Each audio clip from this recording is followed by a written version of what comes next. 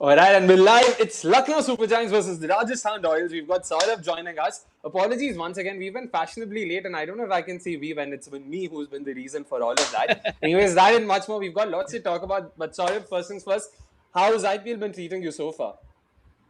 IPL's been treating me great, man. I always enjoy the IPL. I've been enjoying it for the last 10 years. I didn't enjoy it when it started, but ever since T20 has evolved to what it should be and continued to proceed on those lines, I really enjoy watching the game as such.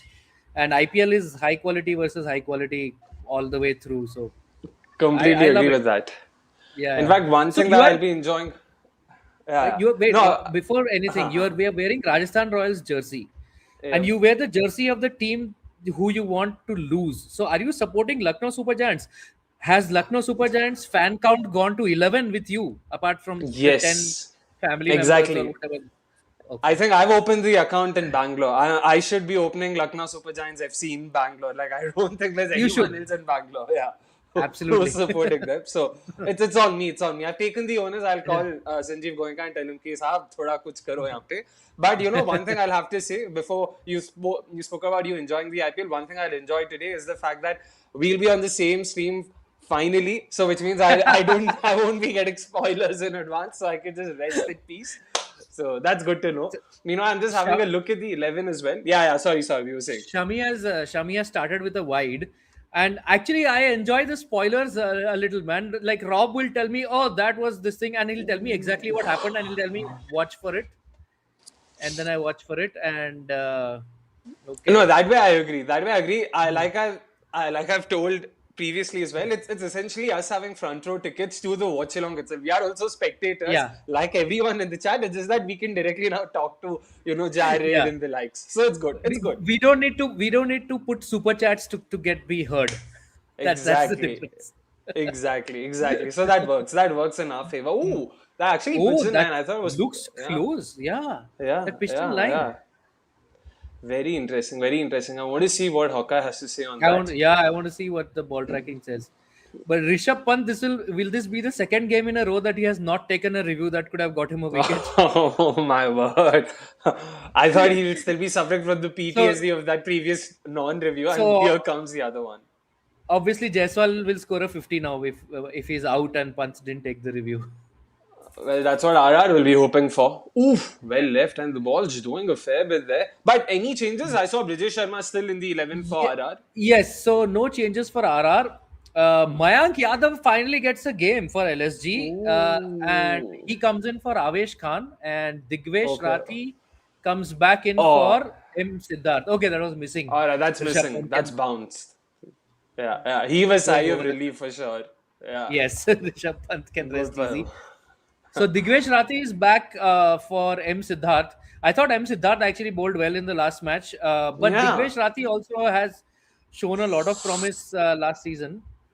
That one Yep. is just zagged away like anything, right? But I'll be That's honest, I don't think that was a wide. It moved away very late. I felt it moved away no. after crossing the crease.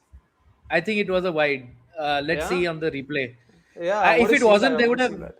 Shami would have definitely wanted to review that, right? Like no But bowler it's wants to one of get a those wide. optical illusions, right? Rishabh Pant's dive Oh, past first slip. So from could be, there could to. be. Yeah. That's what I felt. Actually, I could be wrong. no runs of the bat yet. Huh? The only runs they've had is Yep. through extras. Oof, Oh, yep. okay. How But great is it to watch Mohammad Shami bowl like this, man? Like it's a sight that cricket has missed for a while. 100%. And in fact, it's not something I was even expecting. I'll be honest, after that last season with SRAs, I thought, yeah, Shami's done and dusted probably. And in fact, I was borderline loathing LSG for trading him. And I thought, ki, auction mein chala jata, you could have gotten him for cheaper. There was no reason for them to spend so much money. But yeah, I mean, he's proven us wrong. So that's very great to see, to be honest. First Us runs off the bat, by the don't way. include Spoiler me alert. in that. Don't Oh, include me in that us. fair, fair, So fair, I fair, was going fair, to fair, fair. say, yeah, okay, so that's down leg again. Yeah. That okay in Rob's book that is like pathetic fielding, and like yeah, we probably should have saved that. Who was the By guy? the way, I did not see who the fielder was yesterday. There was this delivery. that was nowhere Yeah. remotely close to the fielder, apart from the fact that it was in the general direction of where the fielder was. I was like, ah, come on, man. You need to catch those. And just the sheer, I mean, indifference with which he said that. Who was the fielder? I can't Mukul? see. Okay, Mukul is not a very good fielder from what I've seen. Yeah, he was keeping last game as well. So, Uh, no, so for Rob, the ball is within fielding range if it's on the same latitude. Anyway, yeah, that's it. That's it. if That's all that matters. If someone's fielding on near fine leg and if the ball goes even in the square leg region, that's leg side. Of course, the ball had to be fielded. So, yeah. but yeah, so for Shami, I am not entirely surprised to see him bowl like this for two reasons. One is Okay. he showed certain signs in the domestic season, which Hmm. I True. I I True. managed to watch a little bit of it, and it seemed like it was not as much as this maybe, but this also is just 4 overs, so maybe he can do it better. But he did seem to be getting back the zip, and also with Shami throughout his career, I have seen these sort of ups and downs phases of his happen where it looks like, oh man, this guy is washed. This guy, what is he doing? And then in the next test sometimes, or in the next innings sometimes, suddenly he comes like like a typhoon. I asked him one time in the 2018 India tour of South Africa, just with Bumrah's debut Oh, series. The yep. start of the pace playing pandemic happened because that the test was from 2nd or 3rd January, the first test. So there was this phenomenon called second innings Shami, I think, which started from that series. If you look at his figures in the first innings of that series versus the second innings, there's like a stark difference. Okay. And in one of the press conferences, I asked him that Shami bhai, आपका जो first innings figures है ये है, second innings ये है, आपको क्या लगता है क्या हो रहा है, is it that second innings में क्योंकि you have bowled rhythm better आता है and all. So he just looked at me like, पता नहीं तुम लोग को क्या चाहिए कि हर जगह आके कोई तूफान जैसे बॉलिंग करे क्या. Fair. Fair. which was very funny, but which is exactly how he bowls at his peak. Like he does this Oh. tufan business, like At which his is peak, there's very little comparable to what Shami does. Like Shami, I mean, I don't know if the comparison makes sense. Like Bumrah, for all his skills, he's a lot more unorthodox. Shami is old school, fast bowling, just the seam presentation, the wrist position, the way he runs, and it's poetry in motion when he's actually in rhythm, in full flow. So you just can't compare such things. I mean, for me, Bumrah is also poetry in motion. But yeah, Of course. you are new to Combox, so I am the president of the Jasprit Bumrah fan club. Although Ah, okay. Behram has How do tried to I take avail that. its membership? You have to send subscription to a secret bank account. I'll tell you which one. Oh, fair enough. Fair enough. You were saying Behram what tried to displace you or tried to ban the Tried to association usurp altogether? usurp. No. He tried to Oh, usurp my spot, and but now that he's not there, I have reclaimed it. yep. So his reasoning was that so we had a test and T20 auction, in both of Okay. which he outbid me for Bumrah. But what I did is what Bumrah would do. Bumrah constructs processes. He doesn't go after the magic Okay. ball. So I didn't Okay. go for him beyond a certain point where it would have been untenable to build the rest of the squad. So like Bumrah will not bowl one magic ball and five bad balls. So that's what I did. So Behram outbid me for Bumrah, which is why he tried to claim membership. But I was like, I was more true to the Bumrah process. So therefore I have it still. Wow, you've really internalized what Bumrah Yes. stands for. Fair enough. Fair enough. I'll give that to you. By the way, back-to-back Uh, fours there for Vaibhav back to Suryavanshi, back. who started Yes. off. Yeah, excellent start. Excellent start for him. Prince Yadav, 13 Yeah. runs conceded, four overthrows. Four overthrows, that's just so bizarre. So bizarre. Yeah. After seeing that Anyway, five, I was really hoping, Jared and I, we were speaking about this last week where we've not seen 1, 2, 3, 4, 5, 6 happen in the IPL. So like five has happened, which is the most rare of all the sort of instances. So let's now hope a six, everything happens already 2, 4, so that puts paid to those plans. Yeah. Okay, Okay. let's see what happens. But what are you expecting from today's game? Any team that you're backing in I particular? I mean, I would be surprised if LSG win. That's my thing. I just think the RR top order firepower is, and uh, they have they have good bowling. I mean, their bowling also is sort of, I think they do much better in the first 10 overs than in the last 10. That's mainly because Oh yeah, Jofra yeah. is much better in the first half than in the second. Okay, So is that's Burger. I mean, Burger's also been so is excellent with the Burger. new ball Yeah. for them. Yeah. Oh, In fact, if I'm that's not wrong, they've been the best bowling side in the power play so far this season. Like they've been so is it. fantastic there. They've not conceded So runs. you They've know taken this wickets left, right, and center. Yeah. last three games consecutively, Jofra has got a first ball wicket. So Oh, no wonder oh, they have been very good in the power play. yeah. It's So just that they've lost to KKR and who was it before that? SRH, both sides who weren't doing well when they played then. So hmm, yeah, that's something that they will be wary of. This LSG yeah, side, I still want to believe this LSG side is not as bad as they've been made out to be. I still think they're better players than say KKR, SRH to some extent, even I'll say Mumbai based on current form. It's just, yeah, it's not coming together for them. Yeah. Pant hasn't worked. Purin has just been so badly out of form. You can't do anything about that. hmm. I I don't know. I don't share your optimism about their side. I had them as my bottom two. I had them in the bottom two at the Oh, start of the season. Yeah, I had KKR because and I want to say I had MI as my bottom two. MI or SRH. No, not SRH. KKR and MI or GT, one of them. Yeah.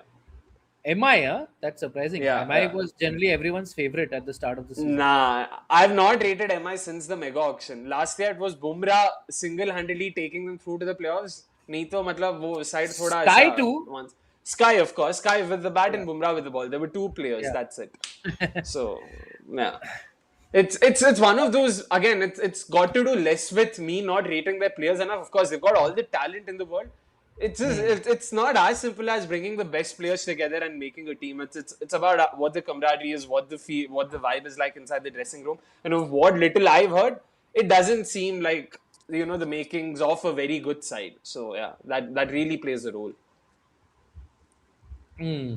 Anyway, yeah. So Ooh, I what a shot! By the way, I've got two streams on. One is well ahead. One is the TV stream. I've just seen Jaiswal cut it so ferociously past one. That's a shot to watch now. You should actually watch this. so your happiness at having the same stream just lasted 10 balls only.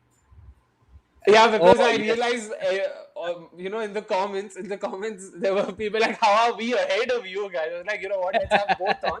In case if there's something that's worth watching, we'll break it to the audience as well. If there isn't, I wouldn't bring anything up. So don't worry. You were talking about MI though, sort of. No, no. Feel free to spoil it. Huh? I don't mind. Hmm. I know. I was saying why LSG was amongst my bottom two is because it seems like they need a lot of players. Like Puran started last season in Chris Gale-esque form and then tailed away. Yeah. If we had Yeah. continued that, no, like I don't have the confidence that Puran can do that for a whole season. And the way he has started now, I don't even know if he can do it for one match. That is a different matter. But Fair. Fair. I don't have the confidence in Mitchell Marsh, Aiden Markram, and Rishabh Pant that I would have in any other team's top three. True. True. Uh, True. Fair. Fair. their bowling is very exciting, but is very unfit, which is why like they can't they even when Mohsin Khan is fit, they can't play him in every game because he's still too fragile to be played in every game. Fair Uh, enough. Mayank Yadav is another. So that is why I had them as a very dysfunctional sort of side. I mean, for me, a lot of things needed to fall in place for them to be challenging for a playoff spot, more than what needed to fall in place for others, except for KKR, which is why I had both of those teams as Hmm. my two. For me, to be clear, like LSU was not a part of my top four. LSU was my contender for dark horses. Like this was a side that I felt if they get on a roll, especially because of that pace attack, it had it was very Tom Moody coded. You know, when Tom Moody was SRH's coach, once again, build a solid bowling lineup, build a solid pace attack in particular, and then hope your batters just do well. That time they had Warner, they probably hoped that Pooran would be able to emulate that role of consistently providing them runs at a good clip. That's just not happened. Pant hasn't happened. Marsh Markram haven't been able to replicate last season's numbers. Badoni has been not too bad. Mukul single-handedly has already won them a game. Oh, that's what a catch. That's a catch and a half from Rishabh Pant. First blood drawn by Mohammad Shami. Excellent, well-directed bouncer. Saurabh, watch this catch. Fantastic stuff, Pant. Fantastic. Wow. Well He's done. hit 3 fours in a row, by the way, Jaiswal. Yeah. And well done. oh, well okay, done. yeah, that's a nice grab by Pant. Nice grab. Jump, and yeah, I think that's a good bouncer, man. Like it didn't allow Yashasvi to really. Excellent line that. Yeah, you just couldn't do anything about it. You couldn't fend it off. You couldn't do anything. So well done. Yeah. Much needed In wicket fact, just for Lucknow. I think he chose the right option, Jaiswal. He chose the option to attack it, which was maybe the only way he could have sort of survived it. You know, if it gets a top edge and sort of goes over the keeper's head or something. If he had tried to do anything else, he had to either sway out of the way, duck, or he would have been out fending. Yep. Very true. Very true. Attack was in all likelihood the only option he had. By the way, Yeah. Maglu also makes a fair point. I don't know if it's Muglu, whatever the pronunciation is. To be frank, we're missing Inglis and Hasranga, and maybe even Shahbaz, who gives them better composition. Shahbaz, I won't think too much of. No, Hasranga, look. pata nahi, but Inglis, yeah. I give them no margin for missing those two. English we knew beforehand. Fair, Now you can fair. say that his reasoning is completely stupid and he shouldn't have been bought in the auction. Yeah. English. Yeah, fair, Okay, they fair, went and fair. spent money on him. Hasaranga has not lasted a single IPL season without breaking down. Not one single. Now, if you're taking that punt on an Indian fast bowler like Mayank or Mohsin, I can understand. But on an overseas where you have a limited quota, like Hasaranga is always a gamble. So I don't give them that Fair, margin. that's also a fair argument there. Like with the pace attack, though, just to counter your point, I completely agree with you that they are. Oh, what a ball! He's practically cut Dhruv Jurel in half and he's gotten another wicket there. Fantastic stuff. First bowler for Dhruv Jurel. What a ball! What a ball! Pitched outside off stump. I want to say it slightly seemed to be off the surface. This wasn't movement in the air. It was off the surface. Dhruv Jurel had no answers. Oh, Ball, bhai, ball. that is Shami at his best. That is Shami It's at his best. done off the surface. Wow. That he's almost doing it to tell me what were you talking on the live, look at that. Yeah, So that's true. That's true. and supporting your point of view that with that pace attack, which Wow. looks very. This is exactly what I was getting to as well. With them, just because of the sheer volume, they're playing the volume game here because they've got like 7 pacers. You have 7 pacers. You don't need to worry if none of them are fit for the entire season. You just need 3 of them to be fit at a point in time, and I think that's all they're trying to do. They're not trying to have everyone fit all the time. They're just trying to have 3 fit pacers, and I think they've done a decent job of having 3 fit pacers. Meanwhile, Umang, in case you're surprised, man, Akshay, who on earth are you supporting? I think by now you should have caught on.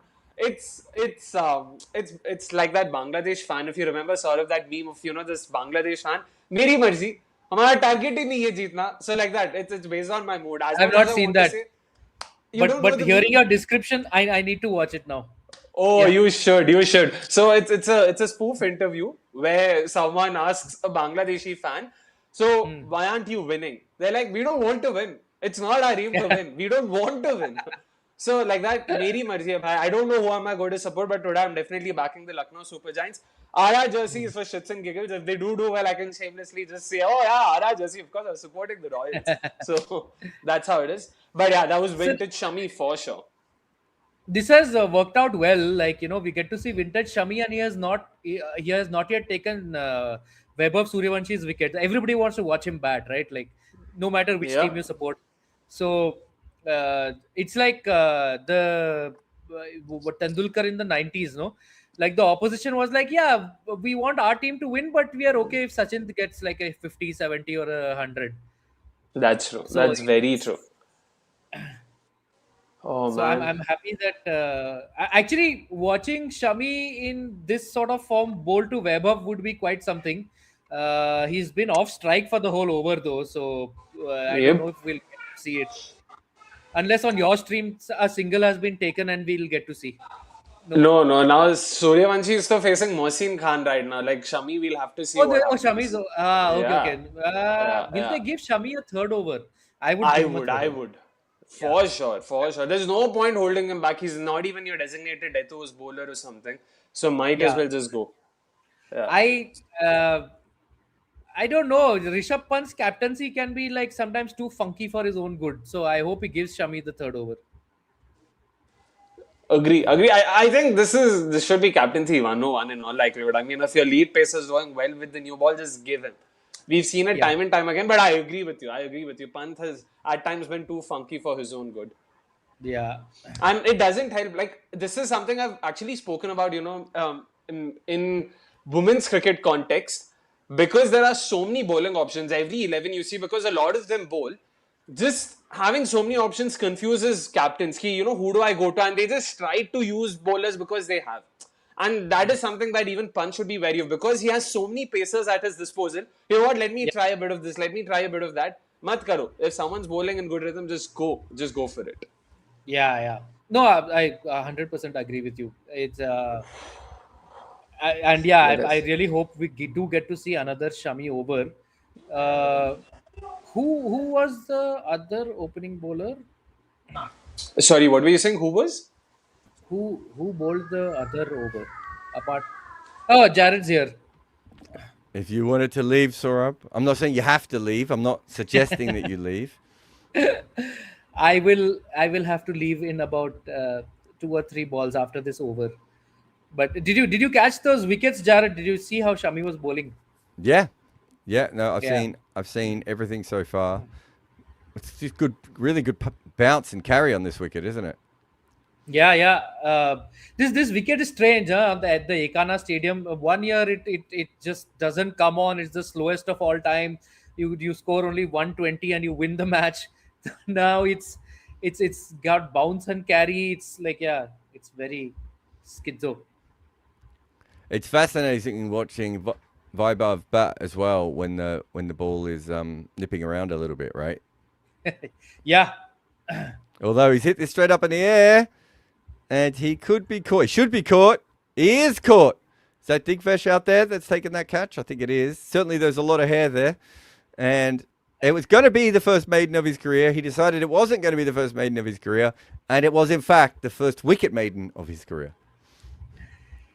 okay. Vaibhav is still batting on my stream. We can't hear you, Akshay. If that is what you're trying, if that's what you're trying to tell us, we can't hear you. Yeah. Now you guys can hear me now? Yes, now we can. Geez, thank you so much. I think Weber is about to. Okay, now he's about to get out on my screen, my stream, and like Weber is out. So I have no reason to stay in this match, so I'll You're I'll done. leave you two to it. Bye, guys. Maybe I'll be able to come back a little bit later on, a lot later on, maybe. I'll see you. Cheers, mate. Yeah, there's not a lot to watch in this game, anyways. Bye bye. Yeah, it's. I'm glad I've come when the game's already over, guys. No, Exactly. not already over. I've seen Lucknow bat. Oh. Also, I wanted to actually ask Saurabh, Jared, does the Ekana have a mix of black and red soil surfaces like in Ahmedabad where they can choose whatever they want? I think so, doesn't it? That's what I remember as well. The newer stadiums, they've all gone for a mix of both surfaces so Yeah. they can choose. Yeah. All right. Let's see what happens, by the way. Since you weren't here, Jared, I decided to throw in a few rumors about you and how you've been with cricket. I hope that's all right with you. How I've been with cricket. Yeah. What, That was as sexually? vague as I could. I was actually Are you building saying up to I'm that. having sex with cricket? I don't understand what you mean. I was so vague with it, even I was thinking, what the hell am I supposed to mean by that? But since you directly went, right there into sexual, I don't know what to say, innuendos? That's not even an innuendo. It was there. It was just straight up. You just said sex. So I don't Can think I- I can come back from that.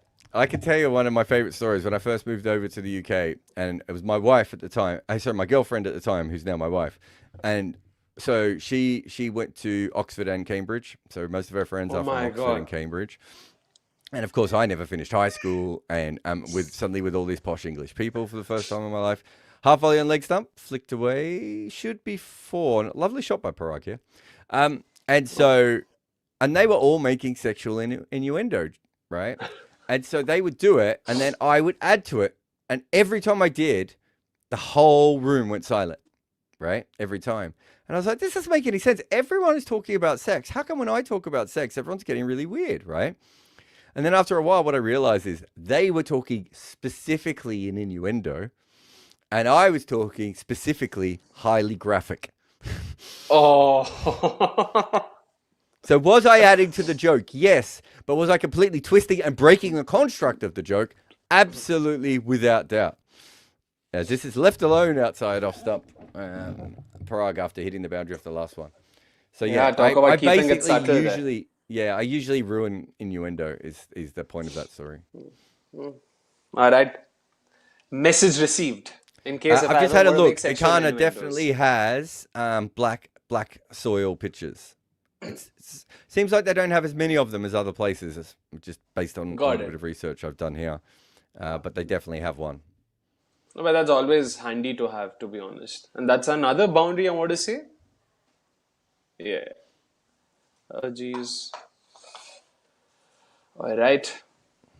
The boundary was the one before. I've already called that 8 years ago. I don't know. Like, the thing is, the stream, the whatever stream that Deepak has shared with me, it tends to like pause and play a lot. So at times it just goes back and comes forward. So that's why. Yeah, it is a pain. I'll be honest. Yeah. I mean, Yeah. it is what it is. It's also there's one that's really, really quick that you can find out there, which is it's really quick, but sometimes you can barely see that cricketers look like humans on it. And so you're seeing the game like 15 seconds earlier than any other human being, but you can't actually see who has done what. Got it. So that's why I have both the streams playing. So in case if I miss something, I can go there and check that. So now it makes sense why you need 2 streams. So fair enough. Yeah, that's why I always have the second one. Like, also the having the TV stream allows you to go back and have a look at things, right? So if That's true. it's easier to rewind it, whereas with these other Techia streams, you don't really want to be trying to rewind them more. Oh, no. I made the mistake of doing that once and I suffered almost like for half an hour. So yeah. I have the NBA streams on my app, and for some reason, I think now I can play them through my TV, but for ages I had to play them through my phone or my iPad. And quite often I will stop and pause it when I'm leaving the room or something when I'm watching an NBA game and disappearing. But the NBA app, I've always thought, allows you about 4 times of pausing it. Once you pause it 4 times, whatever happens after then could be completely random. You might just lose sound. You might fast forward, then rewind. You might suddenly be watching another game.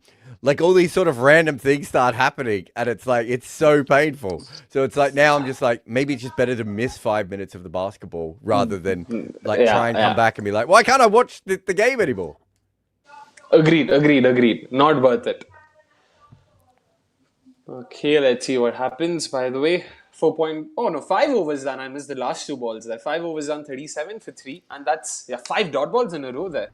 Yep. So a lot of dot balls. We've had a wide, a 4, and 5 dot ball, wicket, and on either side is 5 dot balls. Off the top of, I'm trying to see if there's any more. 5. Yeah, 5. And there was, of course, a couple of dot balls before that if you count wickets as dot balls. So it's been a remarkable little period of dot balls, 4s, wickets, and a wide. And for overthrow, I mean, if I'm not wrong, the last over was a wicket maiden, right? Mohsin Khan bowled the 4th over. So it's been 11 dot balls in the last 2 overs. That's incredible in the power play. Yeah. Lots of dots. Hetmeyer, of course, is out to bat. So they're 37 for 3. Thanks again to Cricket 8 for lending us their scorecard. Ours will be next week, we're hearing at the moment. So we're getting there. We're trying to improve it as we can. Yep. Meanwhile, is this the first instance of just 2 bowlers bowling 3 overs apiece in the power play this season? I don't remember any other. I Did thought Burger Prince Archer Yadav bowled bowl? an over, didn't he? Oh, the first over was the first over was Prince Yadav. My bad. I thought Mohsin bowled. The only reason I really remember that is the 5 overthrows. Yeah, that's true. That was wild. What did you guys make of that? In fact, I was telling Saurabh the same thing about how Jared and I were talking about 1, 2, 3, 4, 5, 6 is something that's never happened in the IPL, and we've started with a 5. So it'll be crazy if we see 1, 2, 3, 4, 5, 6, and then it was followed by 2 4s. Like, yeah, there goes my dream. I don't know what the odds are in a 5. I think it's about 77 to 1 to have a 3 in T20 cricket. If you're betting by ball, it's different on certain grounds. Obviously, MCG is a good ground. If you to get 3s, of course, some of the Yeah, biggest Dubai is stadiums. another. Yeah, but Yeah. in general, it's about 77 to 1. So I don't know what a 5 would be. It would have to be like 500 to 1, 600 to 1. I wonder who eats more on these lives. Is it you or Robbie? As this one is pulled straight back down the ground for 4, just over mid-on's head. It's an interesting shot from Parag, but great contact on that one. Yeah. Unfortunately, no time. Like, I've been so shameless with it, and I've been called out even by people who know me personally. They're like, "Why do you eat?" I like say, I come directly after my workout. I need to get in some food. I'll be really hungry, and this is my only chance, or else I'll just have to stay hungry. And hungry me is not a very pleasant sight. Let's be honest. That's just so we're all aware. I also came after my workout and often do, and I don't need to eat. But you and Robbie, you're just like machines.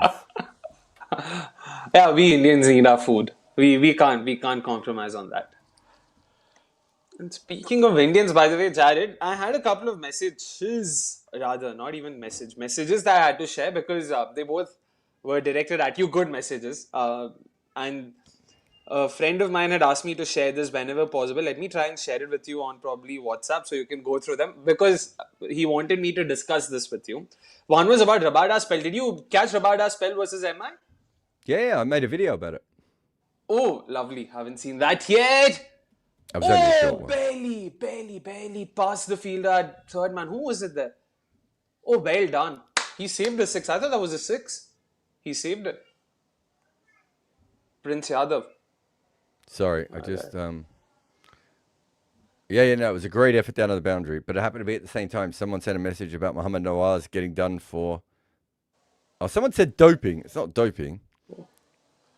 What's happened to Recreational- Mohammad Nawaz? Recreational drug use.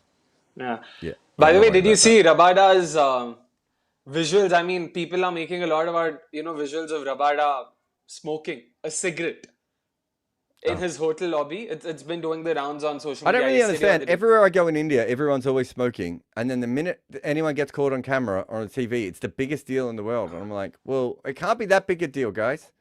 Like you're all doing it. Isn't that how Lalit Modi got all of his money? Through Cigarettes? weren't his parents into cigarettes? Oh, were they tobacco barons? I'm not sure. I'm Yeah, not I think sure. so. I know they were. I mean, you would know more about Lalit Modi, Jared. Come on. I don't. You're probably the resident expert when it comes The to Lalit Godfrey, Modi. yeah. Okay. All right. Oh, he owns Marlboro in India, says Lolum. I don't know if that's true or not, but if that's the case, that's incredible. He does. He owns, but it's not one. I think they own about 5 or 6 different brands as well. Oh, wow. Okay. I think the Okay. Modi family made it. I'm not saying they made all of their money from cigarettes because I don't know their full situation. It's like I don't know. Jared, just for your sake, I would say don't term it the Modi family. Just Yeah, fair point. Sorry, I Just- actually meant the Modi group. They called the Modi Yeah. group. I think you're fine. Yeah. That's cool. That's cool. That works. We don't want things to be taken out of context and then being blown out of proportion. So, which happens a lot in our part of the world. Um, Man, Yadav it is. Finally, first look this season. outside off stump and punched through point for 4. No, he's just going to come around. Actually, good fielding out there on the boundary. That was Mike Yadav's first ball, 141, I think. Yeah, 141. Not bad. Let's see. I mean, for me, more than pace, I just want to see if he's able to run and bowl in good rhythm. So obsessed with pace. Someone like, just said this as well. Didn't Jared once say the cricket stands on the shoulders for cigarettes? It's incredible how much cigarettes has had to do with the rise of cricket. Yeah. Because they pump so much money in the way that crypto, pumps money in at the moment. The way that Saudi Arabia or whatever you want. This one's down the leg side from Mike Yadav. It's going to be a wide, I assume. 143 kilometers. So his pace is good. Yeah, it's incredible how a lot of so I think all the early World Cups are sponsored by cigarettes in various ways. The whole sort of concept of limited overs cricket is really linked to cigarettes. And if you go through all the old trophies, exactly. they're all so there was a lot of money in it. Weirdly though, the one country that sort of moves away from it earlier seems to be Australia, because I think they had quite stringent anti-advertising rules. This is outside our stump and slashed and missed when it came to cigarettes. And unlike in places like India where you have the surrogates advertising, that I don't even know if you can even do that in Australia. But they never. Oh, is it? We don't. So, I'd never heard of the phrase surrogate advertising until I started covering cricket in India. So, I mean, in Australia, are you allowed to advertise alcohol? I'm pretty sure you're allowed to advertise alcohol at least. Just cigarettes. Cigarettes is banned. Cigarettes you cannot advertise at all. Oh. By the way, was it India, was it the US, or was it UK? One of these countries recently announced a ban. Okay, we'll talk about that later. But yeah. No. Sorry, he got one over 90 miles an hour there. We missed it. Last one was almost 90 again. Sorry, go ahead. Yeah, what was what were you just saying? I was about to say one of these countries yesterday or today they announced, right, like children or kids born after 2008 aren't going to be allowed to consume cigarettes. I'm forgetting which country is this, but they've put I think it's England, isn't it? Yeah, it's England probably. So interesting rule that. I don't know how will they enforce it, but yeah. I don't understand it either. Yeah. My wife has said that to me a few times. Oh, he's almost got an edge through. So basically, I think what it means, and I'm not 100% sure on this as well, but I think what it means is that so none of my children will be able to buy cigarettes because they're all born after 2008. But people born in 2007 can still buy cigarettes. So instead of saying you can only buy cigarettes when you're 15 or 19 or 25 or whatever, what they're actually saying is that you need to be above the age of whatever it is at that time when you were born in 2008. Does that make sense? So they're actually phasing cigarettes out. So in 60 years' time, right, or in 80 years' time, there'll be no one left buying cigarettes. Got it. They're trying to inculcate that habit of not smoking cigarettes when you're younger, just slowly. So they're trying to build that. Oh, very interesting. I tell you, the other one that I really find interesting is like, you know, when you're driving along in a car in India and the guy in front of you will stop and just spit out is it tobacco? Is it tobacco? Yeah, tobacco. It is. That's Pan wild. masala is what it's called. Yeah. That is wild as a guy who is not who's not used to that. So basically, this is whipped off the pads and over backward square leg for 6. So he's bowled a pretty good over so far here, Mayank, and he's just got that one a little bit wrong. And Rian Paragh's played a beautiful shot to ruin the over. Excellent whippage, that great risk. But yeah, Jared, you were saying. Yeah, that's absolutely wild because I don't think that's even legal in Australia, the chewing stuff. Or I can't remember anyone doing it. The only time I've ever seen it is in baseball, right? Where they spit into the thing in the dugout. Oh yeah, the spittoon. Yeah. But I've never seen that before because it's just not something that happens in Australia. But also, I grew up in the era where all smoking was really hard to do in Australia. Like we had some of the most stringent anti-smoking stuff on earth at that stage. And so when I was about up until the age of 12, smoking was really normal. And then after that, it just faded away step by step, right? Until, you know, I think Melbourne might have been one of the first places in the world to make it impossiple to smoke at bars and all those sorts of things. Oh, okay. I wasn't aware of that. Yeah. All that sort of stuff really, you know, a lot of it comes out of, you know, in Australia, you notice it a lot. So going to other places where they do have it. Like when I first came to the UK, it was like really noticeable how many cigarettes there were compared to Australia. But cigarette smoking in India is almost like an epidemic. Like just the sheer number of people who smoke and how normalized that is. And I mean, I don't want to say it's limited to India. It's a global epidemic. It's world over. But chewing tobacco, I don't even know how is that. Like people talk about it or appreciate it. There are people who talk about it as if it's a part of our culture. Like, you know, it's something to be proud of. It's beyond me how, like, you know how lethal it is, how harmful it is, and you still choose to do it. And yeah. Yeah, but your body is a temple. Most people's bodies are not temples. Yeah, but at least I mean, treat the do you drink alcohol? better. Yeah, I do. I mean, alcohol is poisoning yourself. But I don't drink it every day. I'm not saying you don't. I'm just saying Like I everyone has agree. a thing, right? Like But for I mean, instance, fair I am point, fair very, point. I am very good at like I don't drink as much as I used to. I've never smoked. I don't even like smoke in general, right? So Yeah. I don't do drugs. I don't do a lot of those things, and I used to drink quite heavily. I don't drink as much anymore. But if I can walk past the McDonald's without getting a double quarter pounder, it's a magical day, right? Also, Fair. not particularly good for me. I'm completely with you on this. We all have our vices. I'm not saying we should completely rid ourselves of vices, but think of the surroundings. Just be civic. Just be civil. Like if you're going to spit it out in the public and just Yeah, dirty your that roads, or no, that I absolutely not don't get it. acceptable. Yeah, exactly. Do you chew as much tobacco as you want, as long as you're bloody hell, disposing it the way it should be disposed. I don't care. I couldn't care lesser. Yeah. So it's hard. It's hard. Code Noob says, should doping be legal in cricket?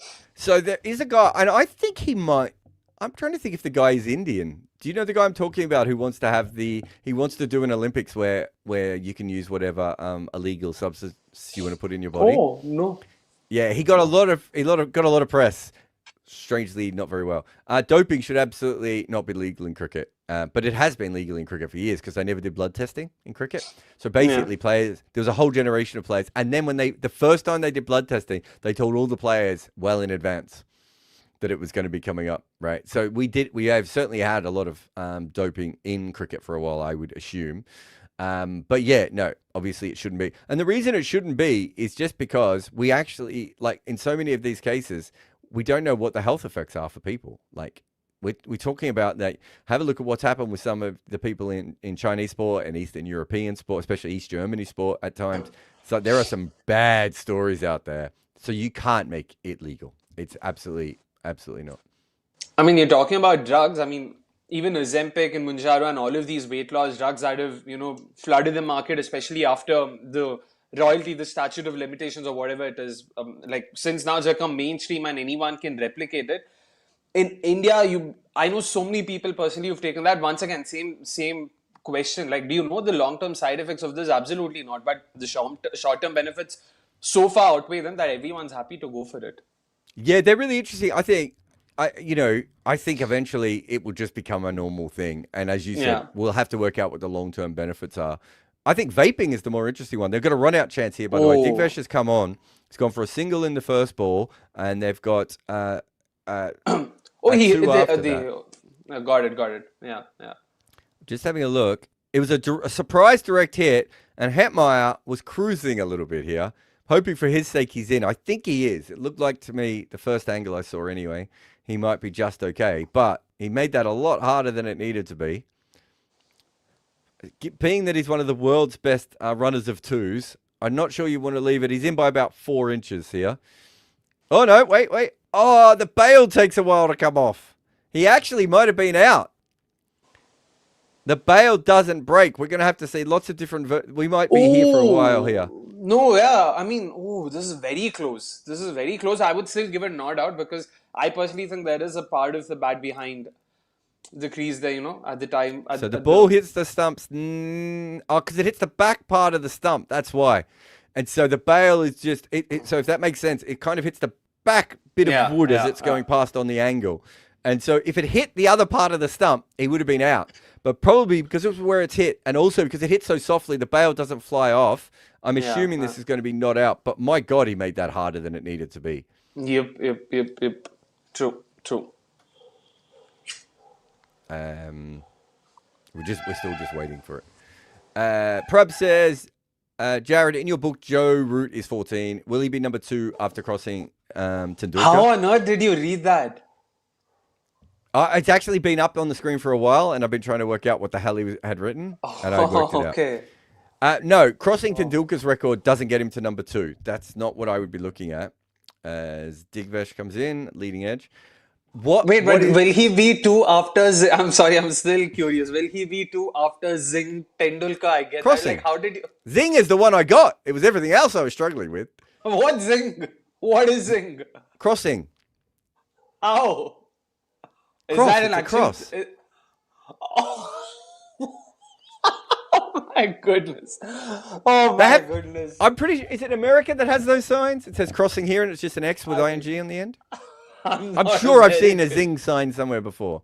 I'm going to have to Google that now. Oh my goodness. Like Mr. Prabhan, Yeah, North America. Prabhanch. I thought I'd seen them in a country before. I knew there was a country I'd seen that sign. I live far east of North America. That Surprise, is fair. surprise.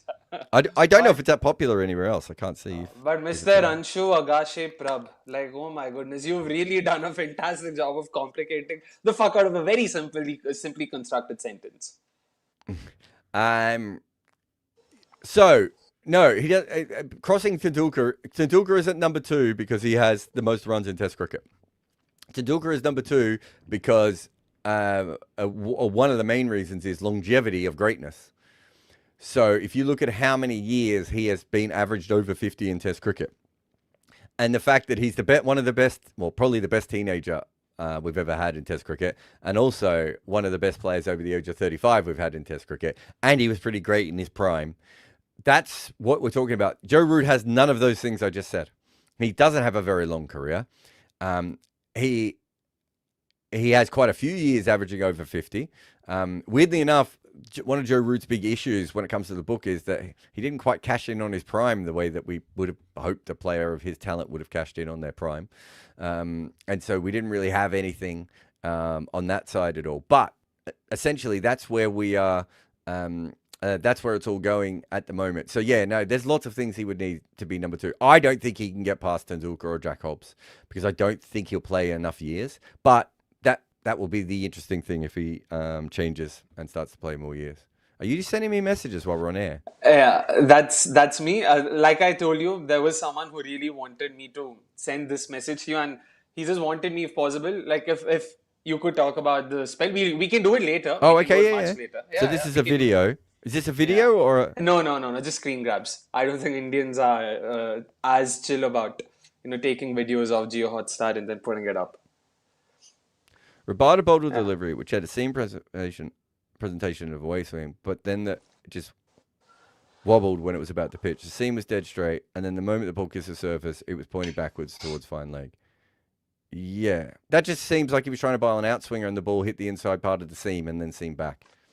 Would be my guess. What did you make of his spell in total, in totality? Like, because we've spoken so much about him and not in a very good manner so far this IPL.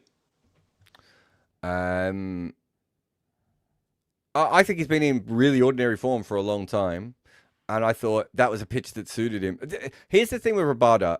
I think that he's a fantastic, like obviously just natural talent and cricket smarts and all sorts of things are really good, but I don't think he really understands how to be a great T20 bowler, and he's never quite worked out a method to make himself a great T20 bowler. So you can argue that. So Pat Cummins is probably in a similar boat, but Pat Cummins has tried all these different methods and styles to become a great T20 bowler, whereas Rabada kind of just bowls the same, and some days he gets wickets and some days he gets whacked, right? And yeah, he just does. I've never thought he quite fits in that way. We had a look at this the other day. I think we said he had 4 genuine plus years, like great years in the IPL, and he's been playing in the IPL for what, 10, 12 years now? Yeah, 2017, so 9, yeah, closer Right? to 10.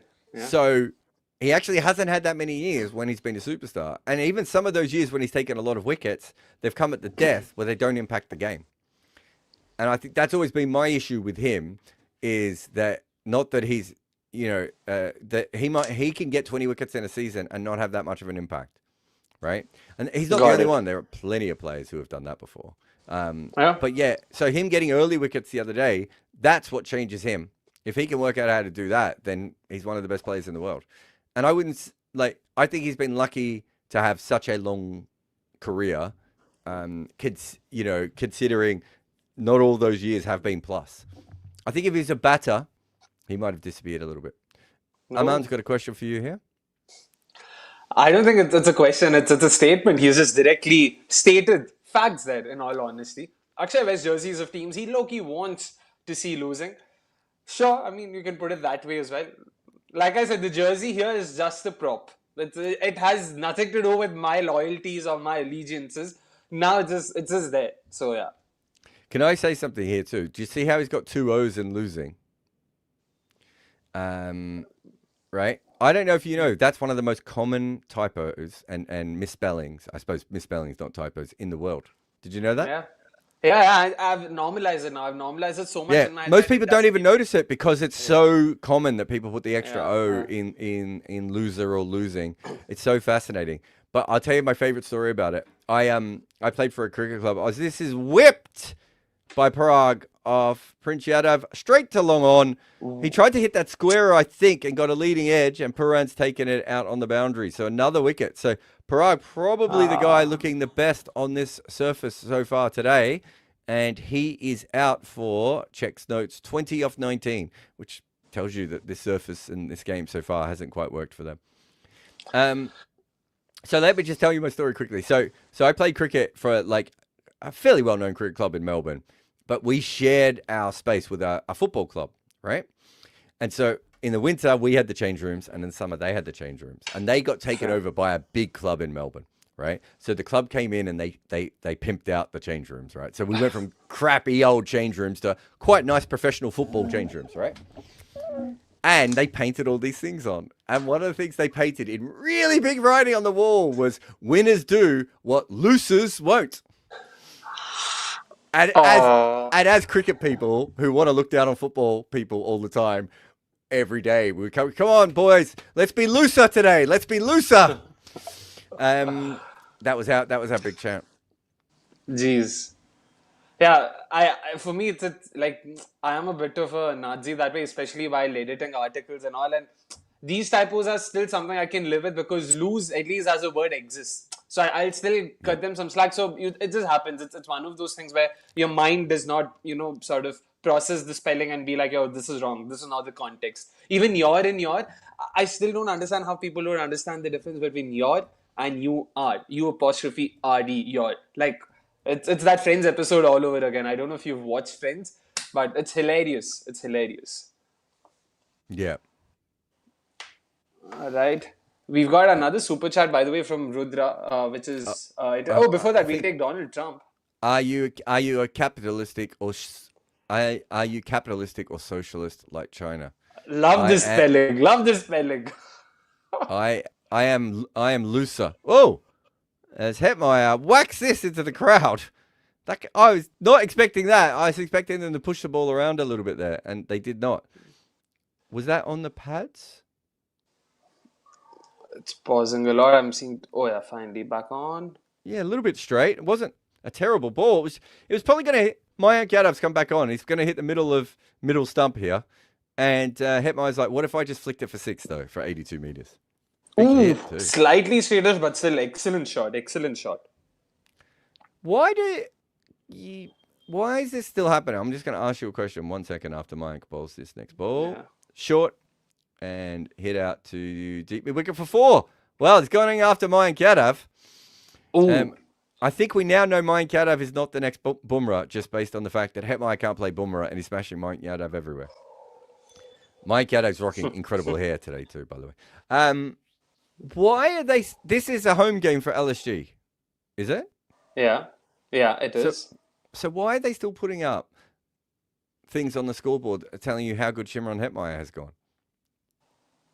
Oh, that's just, I mean, how do I put it? You know, these in-house DJs and entertainment providers, it's them providing their money's worth. They can't just be supporting LSG. If LSG is getting thrashed, they still have to do something, right? So this is their way. You know, we're working. This is their way of showing that they're busy, they're working, they're doing something. Another boundary here. This one's straight and full and punch back down the ground for 4. You know that NBA games have in-house DJs and people and entertainers too. Then they don't start cheering the opposition team. It's not so much cheering, it's just text because no one reads the text. So it doesn't matter weird, the though. chance that you hear. Like if the fans do it, I'd be like, fair enough. Like maybe the fans like Hetmeyer or like Dhoni or whatever. I'm more than happy for the fans to do it in there. But you should not be doing that. I just think that that's fair. It just needs to die. But I feel in a very weird way, IPL, I mean the organizers and the team owners. He's almost chopped on this one. Sorry, go. By the way, the previous shot was fantastic. Played on the up. Just a second, I want to watch this. Oh, almost. But yeah, they've, for some reason, tried to reduce, lower, inhibit. I don't know what the right word is, but they've not been big fans of encouraging tribalism. Whereas I personally believe that's what increases viewership, increases engagement, and actually brings in more fans. Just sheer tribalism, sheer tribalism, wanting to support your team, wanting to back your favorite player.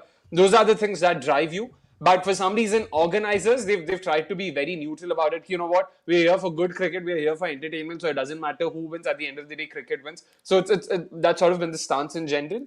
This is I think this is a big issue right across T20 cricket, which is that method that you just said is basically how people always talk, right, about T20 Yeah, cricket. yeah. I'm like, but if you really want every fan base to be like RCB, which is kind of what you want, right, then you Agreed. actually need to foster that and be a part of it, or not just hope it happens naturally. And I've seen this in so many places around the world where I'm just like, no, you should, no, don't be involved I with agree. that. This is the team that you have chosen to support, right? It's I just find it really, it's really odd. If you went to an international game and saw that, you'd be like, what the fuck?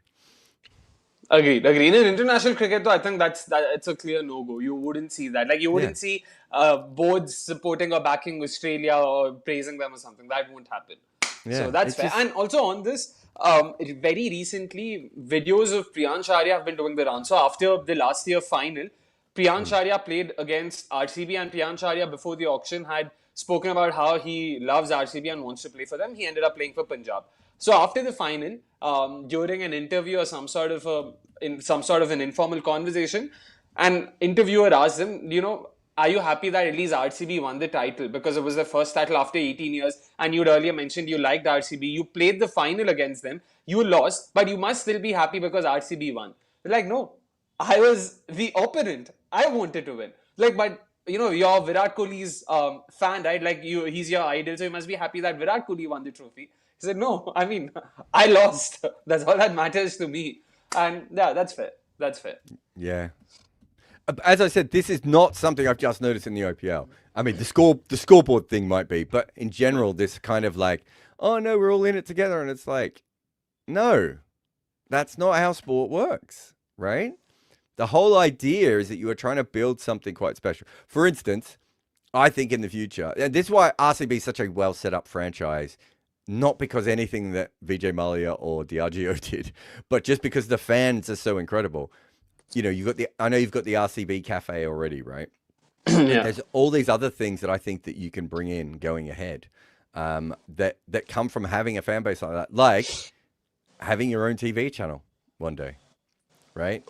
Oh, this is a leading edge, and he's gone. That flew up to mid-off. He was just trying to tap this around the corner. Shimron jeez. Hetmeyer, and it just popped up unnaturally so all the way to mid-off, and I just don't even think. Yeah, Motion Card's got the wicket. He's got 2 for 8 off 2.2. That's bizarre. Went flying, that ball. Yeah. Anyway, another wicket. And 77 for 5. Good luck. And what you spoke about, this is something I myself have. I wouldn't say I've pitched it to the RCB management or something, but I've spoken to people who are in close circles. So, we've spoken about this. Where Arsenal, you've seen how Arsenal Fan TV did so well, and what was the reason? RCB Fan TV is just such a low-hanging fruit. Yeah. Trust me, you'll get millions of views. You just have to do watch-alongs with RCB fans just cheering, ranting, and boy, oh boy, are you going to mint money out of that. So it's right there. I even think a step further in the future of like, you don't need to do it now where there's one game a day. But if we get to the point where there are 2 games being played on a weekday, I think RCB would be the first team who hires their own in-house commentary team and commentates, and you can have a home. Because if you go to the NBA app now again, and you can do this with other sports as well, quite often there's like maybe the rights have been sold to a game, then you might have the home team commentating, then you might have the away team commentating, right? There's no reason not to be able to do that. Yeah. Oh, In fact, another almost wicket here as Donovan Ferreira gets a ball that just cuts him across him. He actually, again, tried to play that on the leg side and almost got a leading edge, I think. Or did he cut Mawson's across been it? bowling well here. Wow. Oh, no, that was even worse shot. But yeah, if he'd hit that, it would have been straight up in the air again. Well bowled again. Hard lens, just oof, barely past the off stump. Well bowled, yeah, well bowled. And about this, about fan bases and everything, what in a way I generally don't get a lot of is people talking about RCB fans being, very disrespectful or very this. That's the point of sport. Like again, I'm not trying to defend RCB fans or their actions. Of course, there is a line that you don't cross.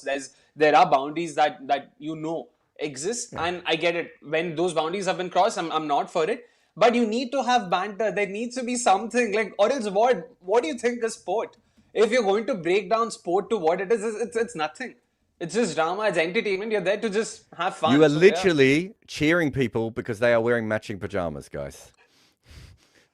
Right? Like if we break it down, if we really start to think about it, we're doing that. But we believe in this so much more than we should, right? But that is essentially what it comes to. And so if that's the case, then you have to make it feel like it means something, right? So years ago, when COVID struck, I had a radio show on TalkSport, which was not about cricket. It was about general sports. And one of the things that we did was we went back and talked about why sports matter, like why people were so upset during COVID that sport wasn't happening anymore. And one of the things that we were told is if you look at when sport becomes big, right, it's exactly the time at which wars become smaller, right? And so your favorite sort of, your favorite kind of. By the way, sorry to cut you off. I don't know if you saw Puntsman hit right in his face. Oh yeah, I meant to say that. Yeah, he got hit in the snores. Yeah, you can carry on. I was because he got delayed. I think the ball just bounced up weirdly. It wasn't hard either. I saw it. Yeah, it was really soft. Yeah, thankfully. But I think it just stunned him on the nose and gave him that little watery eye, blood nose type of thing. So basically generals are taken over by athletes, right? In the way that we think and everything else. And then there's also the community aspect and all these different things. Like there's a reason sport has got to the level that it's got. And also why sport wasn't big before, right? And why it has become big in the 1700s onwards, right? And all these different things. But there is also an element of we know it doesn't mean anything. So when a fan has a go at you because they're an RCB fan and they make fun of you because you're a Punjab fan or a Mumbai fan, it actually doesn't mean anything. Whereas if you're online and you're making fun of someone because they come from a different culture or a different ethnicity or whatever, it actually does mean something, right? So this is a much better form of toxicness, right, than the other version, which is you were born on that side of the border, so you're the worst, or your mum comes from that religion, so you're the worst. Like it's much better than that. Yeah. But at the heart of it, it is still people wearing pajamas, actually, right? Like True. Anyway, sorry. Did you? In a way, would it be fair to say like sport is suspension of disbelief at its aggressive best? Like it's very weird. It's an identity that people are so willingly consuming or resuming that it's weird. I don't know. I don't think cricket has reached the levels of say football or even basketball to some extent. But yeah, it's slowly reaching. It's slowly. I don't know if that's true. I think cricket's well beyond basketball. Okay, fair. I don't know much about basketball. International cricket. Yeah, I mean, come on.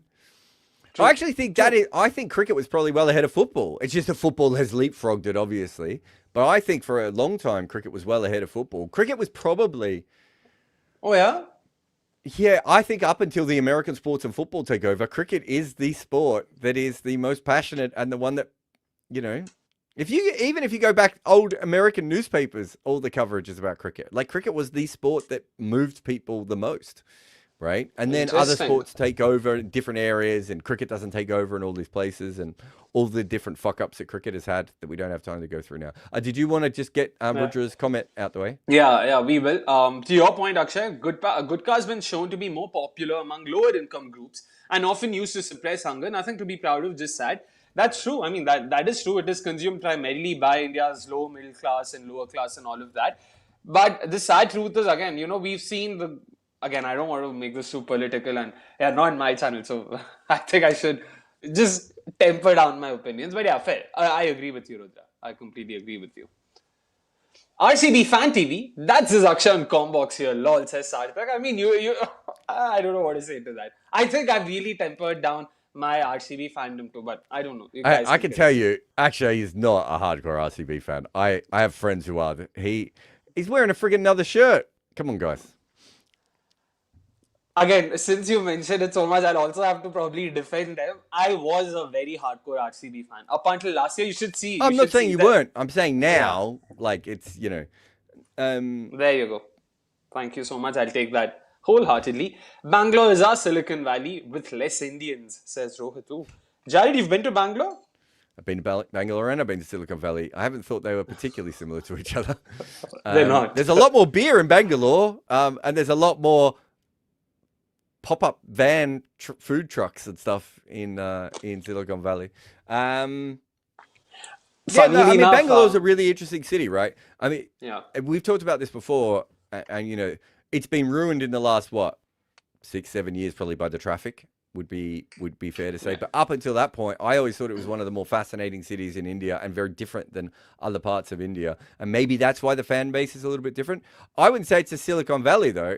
I would have said it's probably more like the Boston or the Philadelphia or of. But are you speaking in terms of infrastructure, in terms of vibe, in terms of what? In terms of bar culture / sports culture, is the way I would look at it. Right? Yeah, I mean, it's not it's not New York or LA, right? Of course. Like it's a slight step down on those. So it's not Mumbai either.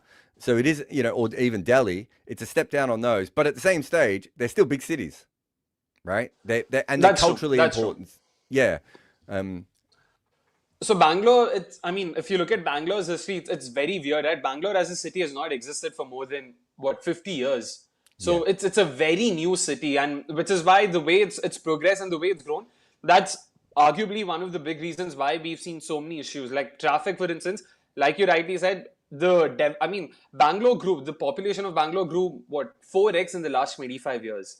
Crazy, so it's seen massive influx of, you can't call them immigrants, massive influx of migrants and whatnot. So it's made it bigger. But beer, of course, is a very big part of Bangalore's culture. Funny story, I was in Scotland last year. I'd gone for this Johnny Walker experience, like the museum that's there. And they're sipping whiskey with this Canadian flying instructor who's just in Scotland for like 2 days. I tell him, I'm from Bangalore. He asks me where I'm from. I'm from Bangalore. He's like, Bangalore, Kingfisher. That's his first thing. I'm like, you're a Canadian. And he lives in Montreal. He's a French dude. I'm like, why on earth do you know Kingfisher? Like, I have a couple of friends, Indians in Canada, and that's what they've told me. Bangalore is known for Kingfisher. I was like, what? If you think that's wild, go back and read old cricket books about tours to India. And there's always a paragraph about how the players from the West are so happy to reach Bangalore, right? And like, we're talking about the 60s, 70s, that era, where they were just like, because they know, especially the Australian cricketers, but I've read it in English and New Zealand cricketers and stuff as well. They were so happy to get to Bengaluru and get a beer. Right, and it'd be cold in a clean cup, and the city understood beer. Like it's a really simple thing for them. But you remember, they're touring through places sometimes don't have beer, sometimes don't really understand what to do with beer, and all these sorts of things. Suddenly they just get to a place where they can go down to a local restaurant and order a meal and get a beer with it. Right, very simple things. And I didn't know any of this, right, until like after I'd been there, and this is hooked, and oh no. Someone has got that horribly wrong on the boundary. Ferreira should have been caught. It looks like Mayank Yadav to me. Ooh, yeah, it is Mayank Yadav. Oof. Yeah, overran that for no reason. He was I want to say 2. He might have been 4 meters out of place there. He was nowhere near the boundary rope. And Ferreira got a good contact on it, but no loft. And, oh my God, he might have even been 5 meters off the rope. What was he doing? He just takes massively misjudged. It actually lands behind him inside the rope. I hadn't even noticed that. It was only a 4. Oh, it's a 4. Oh, that's hilarious. That's the worst drop on the boundary, isn't it? Shami's reaction. Oh, that says it all. Shami was not happy. Yeah, the sheer disdain. I love bowlers who can't field, who get really upset in these situations. Settle down, mate. I've seen you field.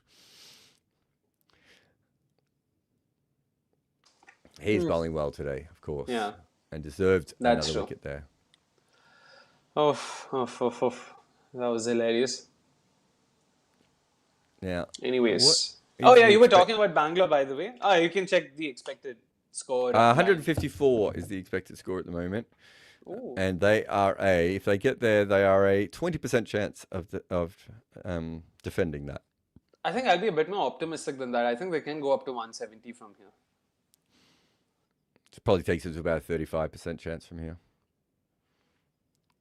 There's been good pace and carry and everything in the wicket. I mean, we've got deep third back, fine leg back. We've seen these fields quite a bit all the way through. Digvesh is what? Bowled okay. Yeah, he's gone for no runs. Who else do they have to bowl? Do you know what this would actually... They don't need him today. But if Mitchell Marsh had hamstrings, this is not a bad pitch for Mitchell Marsh. What a beautiful statement. Mitchell Marsh had hamstrings. So he's called the Bison. And the Bison has no and Bisons don't have hamstrings. Yeah, exactly. Mitchell Marsh is basically the sort of guy that he's a dropped fork away from another injury, isn't he? It's the sort of guy who could be eating in the team hotel, drop something and lean down to pick it up, and he's like done his side. Oh boy. I don't think Sean Marsh was that. Was that injury prone? Was he? No. Sean Marsh wasn't really a similar kind of athlete to That's he was true. almost a different body shape, right? Sean Marsh is very similar in body to his dad. Jeff Marsh? Yeah, so I don't know if do you know that their mother was also a professional athlete. So she was a netballer, and I'm assuming maybe and then the sister is a basketballer. So I'm wondering if Mitch Marsh is more from that side of the athletic family. Got it. But incredibly athletic family, because Mitch Marsh also got professional offers to play Aussie rules football as well, so he could have played in both. Oh, fascinating. Okay.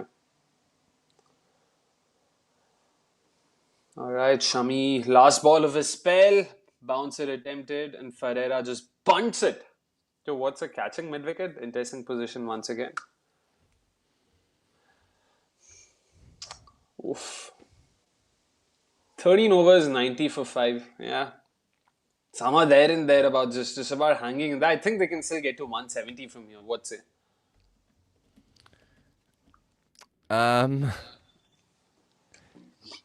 So Shami's bowled out. Yeah. So I suppose you are putting a lot of pressure on Mayank would Prince expect Yadav and Mayank to bowl to death, aren't you? And Mayank has gone for runs today. So, yeah. I don't know, Mohsin man. has how many? 1 left? Yeah. I'd rather he had 2 Okay. left, I think, to feel a little bit more comfortable. Look, I think the issue is even 165 seems high to me, man. And I'm not sure they're going to get there. But if they get to that, I think RR does have the bowling attack. And LSG has the batting lineup to watch this up. So, yeah. Yeah, no, I don't disagree with you there. Prab says, what's Bradman's equivalent test average in 2026? I don't.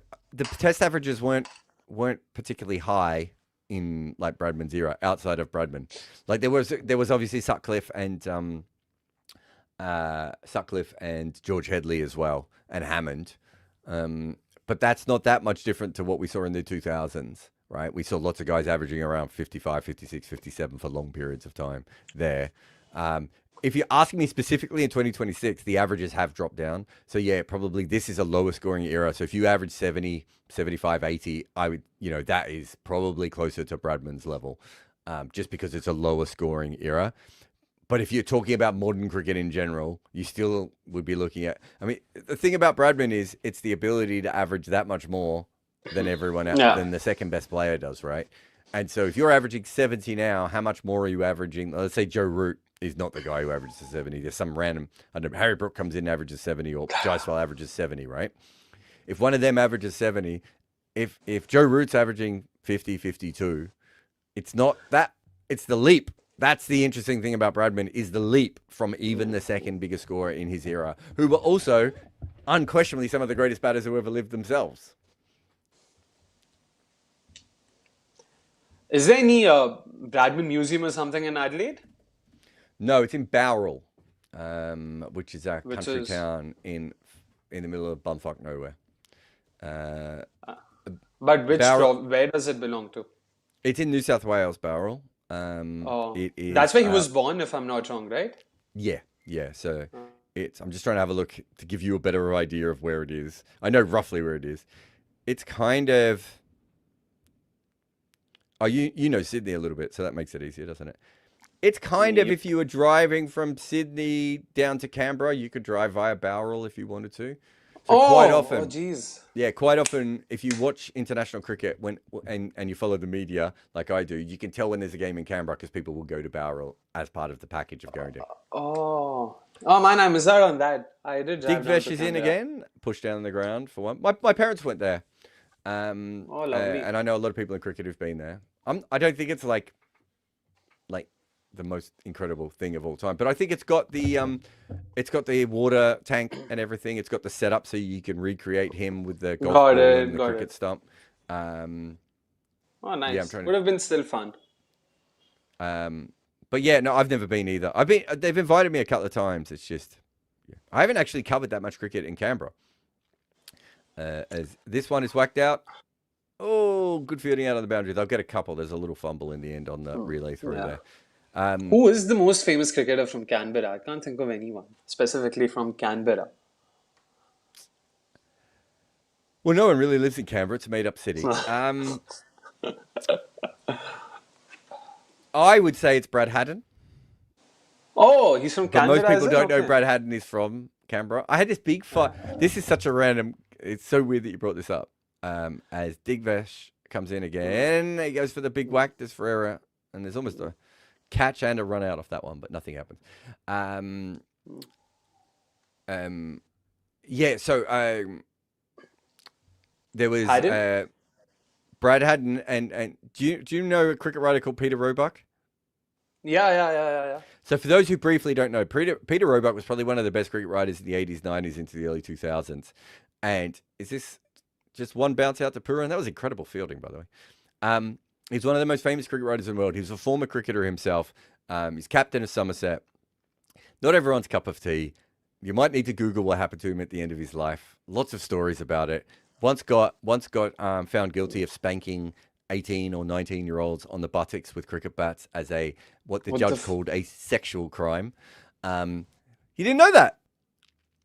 No, Anyway, I did not. if you Google the end of his life, you'll see. Very controversial figure in many different ways. Okay. And he was in the press box when I first started, right? So we were chatting, and I remember being in a situation where Simon Hughes actually said, "Does anyone know where Brad Haddon's from?" And I said Canberra, and Peter Roebuck went, "No, he's from New South Wales." And I went, "No, he's from Canberra." He even played for Canberra. He played for the ACT Comets or Canberra Comets, because they were briefly had a cricket team and hadn't played for them. But he was between the two. But I'm pretty sure he was born there.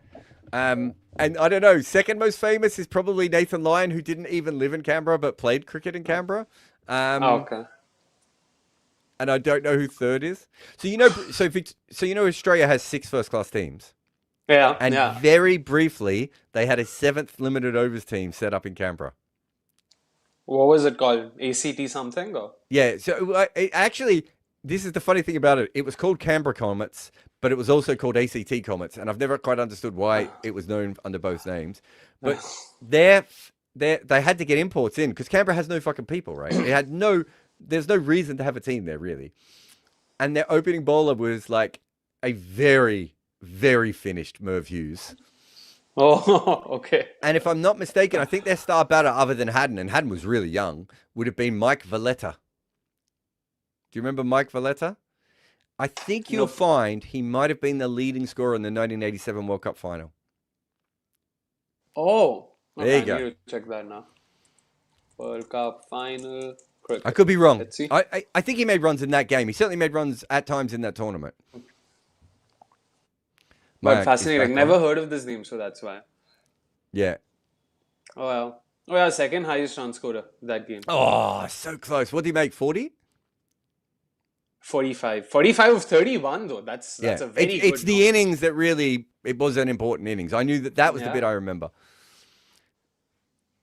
Oh, man. Crazy. Well, Canberra, I mean, we used to drive down to Canberra only for one reason, because if I'm not Porn. wrong, if I Is it remember this porn? correctly. No. Was it porn? I don't want to sort of incriminate myself. So my roommates used to smoke something that was illegal in New South Wales, but not in Canberra. So we used to drive down to Canberra, Crack. get this. They were smoking crack. The thing is, it wasn't even Were weed, they that's what smoking I'm the saying. same thing that Mohammed Nawaz was just caught smoking? Yes, Yeah. exactly. You've got that bang on. Yeah, so Canberra, this is what's funny. So Canberra, for those who don't know, Canberra is a made-up city. And the reason it exists is that Melbourne was huge, right? And Sydney wasn't anywhere near as big. And so obviously when Australia became a federated country, it made sense for Melbourne to be the capital, right? But people in Sydney were like, we don't want Melbourne to be capital. And Melbourne were like, well, we should be capital, but we don't care that much either. And so they literally just made up a city halfway between the two places. And in hundreds, over 100 years, still no one's moved there. So it has all the government stuff. But what is fascinating is legal weed. It was the only place that you could shoot porn legally in Australia for years, which is why I asked Akshay if he was going there to make porn. Make porn, wow. Yeah, and fireworks was the other one, right? So those are the three things. So I was offered a job in being a director of photography on a porn shoot in Canberra when I was a camera person. What are you saying? Did you take that up? I accepted the job, but the whatever it was, the company who was making them decided to go in a different direction and did other things. And so I was hired to do 2 days of work, which I think that was like 4 films or something. Good save down on the boundary from Digvesh here, and they're going to come back for a couple. Lots of 2s on offer at the moment. Oh, well done. That was traveling. Yeah. And it got cancelled, so I never got to make it. I never even saw the script. I don't know what the narrative was. I don't know if you're being honest here, Jared. It just feels like, you know. Okay, I did heaps of take your things. word. We used to film all sorts of things. That was what my company was. We made we would make ads and promotional videos. We would do weddings, music videos. We did music videos for people. Weddings to porn is really, I mean, now what is it? I can tell you, but it's there. It's I can tell you connected. this: the porn day was going to be a lot easier than the wedding was. Oh But my God. the porn stuff. The only thing is, from a director of photography, is this going to be a run out? Oh my God, it's not going to be a run out. What has happened here? The bales are off. Oh, Puran. Oh, come on. Oh, my God. I think Akshay's just seen it, guys. The bales went off. In fact, I'll take you through the whole ball live. It was again, they were looking for 2 on the leg side. They went for the second run. The throw was wide, and it was, and on the way to getting the throw, Rishabh Pant actually knocked over the stumps. It was a terrible throw from Puran. And the 2 players were both at the non-strikers end. So then, of course, someone has to run back, and he runs back. But I don't think when Pant threw the ball, he'd realized that he'd taken both the bales off. And so the fielder eventually took the stump out. But by the time he did, is that Hetmeyer? Yeah. Or Jadeja? I said not Hetmeyer, Jadeja. I think he's back in. No, it's Hetmeyer. He's back in. Oh, man. It can't be Hetmeyer. He's out. Oh, sorry. It's Ferreira then. It It's didn't Ferreira look like then. Oh, yeah. It didn't look like Jadeja. I'm not sure, though. Yeah, by the time he takes the stump out of the ground. Also, he takes the stump out of the ground with the wrong hand. Yeah. No, takes wait. it out. Are you supposed to take it off the same hand? It's Jadeja, the batter's Jadeja. Yeah. Sorry, I keep missing the fact that he has. It's hard to tell because at one stage they were both at the same end, and then neither of them were Yeah. at the same at the right end. Also, I think you're just supposed to pluck it off, right? As long as you are in control of the ball. I don't think hand matters, does it? I thought it did. I thought you had to have the ball in the hand when you were taking the stump out. Either hand works. I don't think you need to, like, because you're plucking, so you can't sort Yeah, of but hold he it in had, this- but the ball was nowhere near the stumps. Because you've already affected the run out in essence before. Like, this is the second attempt, if I'm not wrong, because this had been a point of I can contention take you a earlier step as well. further here as well. He actually misses when he tries to take the stump out of the ground. He also misses the stump. Yeah. So he as he goes to grab the stump, he misses it. Oh, by the way, it's Ferreira. The batter's Ferreira. It's If not you correct Jadeja that and- one more time, people are gonna riot against you. Just saw it. Now I can. But how do you miss this? Oh my goodness. But I'll have to say, I will credit the fielder, Mohsin Khan, I think it was, good presence of mind to at least run in towards the stumps after realizing that Pant knocked it off, because Pant was nowhere near the scene. Pant had already sort of said Tata goodbye. So, yeah. But my word. According to MCC law 29.2, the ball must be held in the hand or arm that is used to break the wicket. Simply breaking the wicket with the hand that is not holding the ball does not count as a legal dismissal. So that's fine. We understand that. So how do you hold it in the same? Oh, matlab you have to be holding it both hands, and then it's still complicated. Why do so much? Removed simply. No, but that's the other law. That's the first law, so we know that one. I'm just trying to see if there's a follow-up. It'll be in 30. It'll be in 29. Sorry, I'm quickly trying to go through the laws as quickly as I can. Yeah, in the meantime, we can probably The wicket take a is couple broken. of super chats. Oh, yeah, Breaking the we've wicket got in. fairly. Perfect. One bail off. If one bail is off, shall be breaking the wicket. If a wicket is broken while the ball is in play, it shall not be remade by the umpire until the ball is dead. Fine. The way they've worded it, so we are just step by step, inch by inch. God, this. Have you ever? They are so fascinating, the laws. A couple of my friends work on the committee. Just trying to find out if we can get the exact law there. Jumpsuit, Right. I think what you're saying that's actually happened. You know, someone was holding the ball in their hands and they affected the run out with their feet, and I think it was accepted. Like, I vaguely remember something like that. Like, as long as the stump is uprooted, that's the goal. Yeah, you want to get the stump has to come out of the ground, doesn't it? So that was the bit he Exactly. did correctly. Either batter is run out.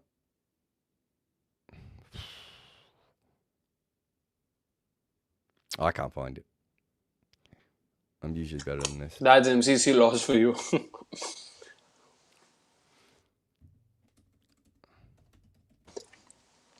Jadeja playing a very Jadeja-esque knock here, 11 of 13. Slower ball bouncer, and that's a single. Oh yeah, single. Oh, double. Thanks to that. Please coin a name for yearly RR fadeaway phenomena, says Mick Lebowski. Oh. RR Blues. Let's term it that. But it's been bizarre, especially because of the teams that they've lost to, KKR, SRH when they weren't in form, and now LSG. So, yeah, it's very weird, the kind of teams they've lost to after having defeated the likes of RCB and everyone. Yeah. Okay, this is what it says. So I can send a message to my friend who's on the laws committee and we'll see what he says. But you can break the stumps as a fielder, providing that the ball is held in the stumps and the hands or used or in the arm. So what they're saying there is you can, that's as long as the ball's in your hand, anywhere up and anywhere in your arm can hit the stumps. Right? Yeah. So that bit we know is illegal. Yeah. And it then says the wicket is also broken fairly if a fielder strikes or pulls the stump out of the ground. Does not say that you need the ball in your hand, but also does not say that you don't need the ball in the hand. My friend's active on WhatsApp. I'll send him a message. Oh, wow. That's some flex to directly. I mean, to get an answer straight from the horse's mouth is not something everyone can flex. Not only is my friend on the MCC one, he's also on the ICC one, I think, as well. Like he's he's the real deal. If the bails are broken and you need to pick up a stump. Do you think SRH will have the edge in their next match against RR? Asks the Adit. What do you think, Jared? SRH versus RR, the reverse fixture. There's another wicket here as Prince goes short, wide and slow, and Ferreira hits it to third and is caught. Poor shot. Wicket nonetheless. But yeah, I mean, I'll take this before Jared comes along. I do think, SRH will hold the edge simply because SRH have seemed to have found some form, and importantly, they've managed to, with the addition of Saqib Hussain and Dilshan Madhushanka and eventually even Pat Cummins, I think their bowling is looking so much more stronger and well-rounded. They already had Shivang and Harsh to be contributing for them, with Ishan Malik also, doing so well, and they seems to have, zeroed in on a plan in terms of roughing up the ball and ensuring there's a bit of reverse swing available for Ishan to extract and that sling. just lets him, just generate a bit more reverse swing, especially in the last few years. The tail that he's been able to get, even yesterday, was great to watch. So, yeah, I do think SREs will arguably have an edge over them. I suppose it also depends on this game, right? If Rajasthan win this game and they pull this out from here, which is looking less and less likely, they might start to think they're a real team. I think the issue has been so far that they were all based on form, and now they're looking around going, "Oh, we're not as in form as we were, so we're losing." And so, can we actually find a way to come back? So if they were to steal this game, they would have to say they've stolen this game without any form at all. Yeah. And they might find themselves a little bit differently. Also, RR will have their task cut out for them because they've gone for Shubham Dubey here as their impact player because they've lost so many wickets, which means I want to say Sandeep Sharma won't be bowling for them. Let me just confirm that. That means no Sandeep Sharma today. So that's another thing they'll have to contend with. Rohit says, teach kids different language of our own country rather than French or German. German? French. Okay. Yeah. IPL toxicity is just society's reflection. Less people travel among states, and that might be a factor, unlike US. I mean, Rohit, I don't know if that's true. I mean, Rohit's point about? I don't know what this is at all. Not quite a few Indian kids, very few Indian kids, but amongst the elite and upper middle class, upper class kids, they do end up, learning Spanish, French, German instead of learning more Indian languages. So there are 20 official languages for India. Like the language that I mean, of course, Jared, you would have an idea of how many languages are spoken in this country. So, and they're all widely different. It's not like similar to each other. So you just can't understand. So Rohit's point is we should learn more languages of our own country rather than learning French or German because it's pointless. IPL's toxicity, society's reflection. I mean, that's not IPL, that's all sport, Rohit. Sport is a mirror of society and the sentiments you see there. Like Jared said, it's just all that toxicity needs a way to come out. You can't just hold it back in. And sport is a very artificial and manufactured way of getting it out. You'd rather have people make fun of you because you're an RCB fan than because because of your color or your gender or your race. Or the language you speak. Exactly. So wouldn't you rather have that? So, I mean, I've been mocked as an RCB fan for the better part of my life. So I'm fine with it. It is what it is. Probably because you're wearing a Royal shirt. Yes, you need to have the ball in the hand, is what I'm hearing here. Yeah, that's it, but not the same hand, right? No, the same hand. Same hand. That's bizarre. Like, how does that work? I'm trying to think the logistics of it don't make sense to me, but okay. Well, grab the stump. Oh, lovely, Jared. We're missing Rob. That's it. Let me just check. That was his first message back, but I've just asked him to clarify it.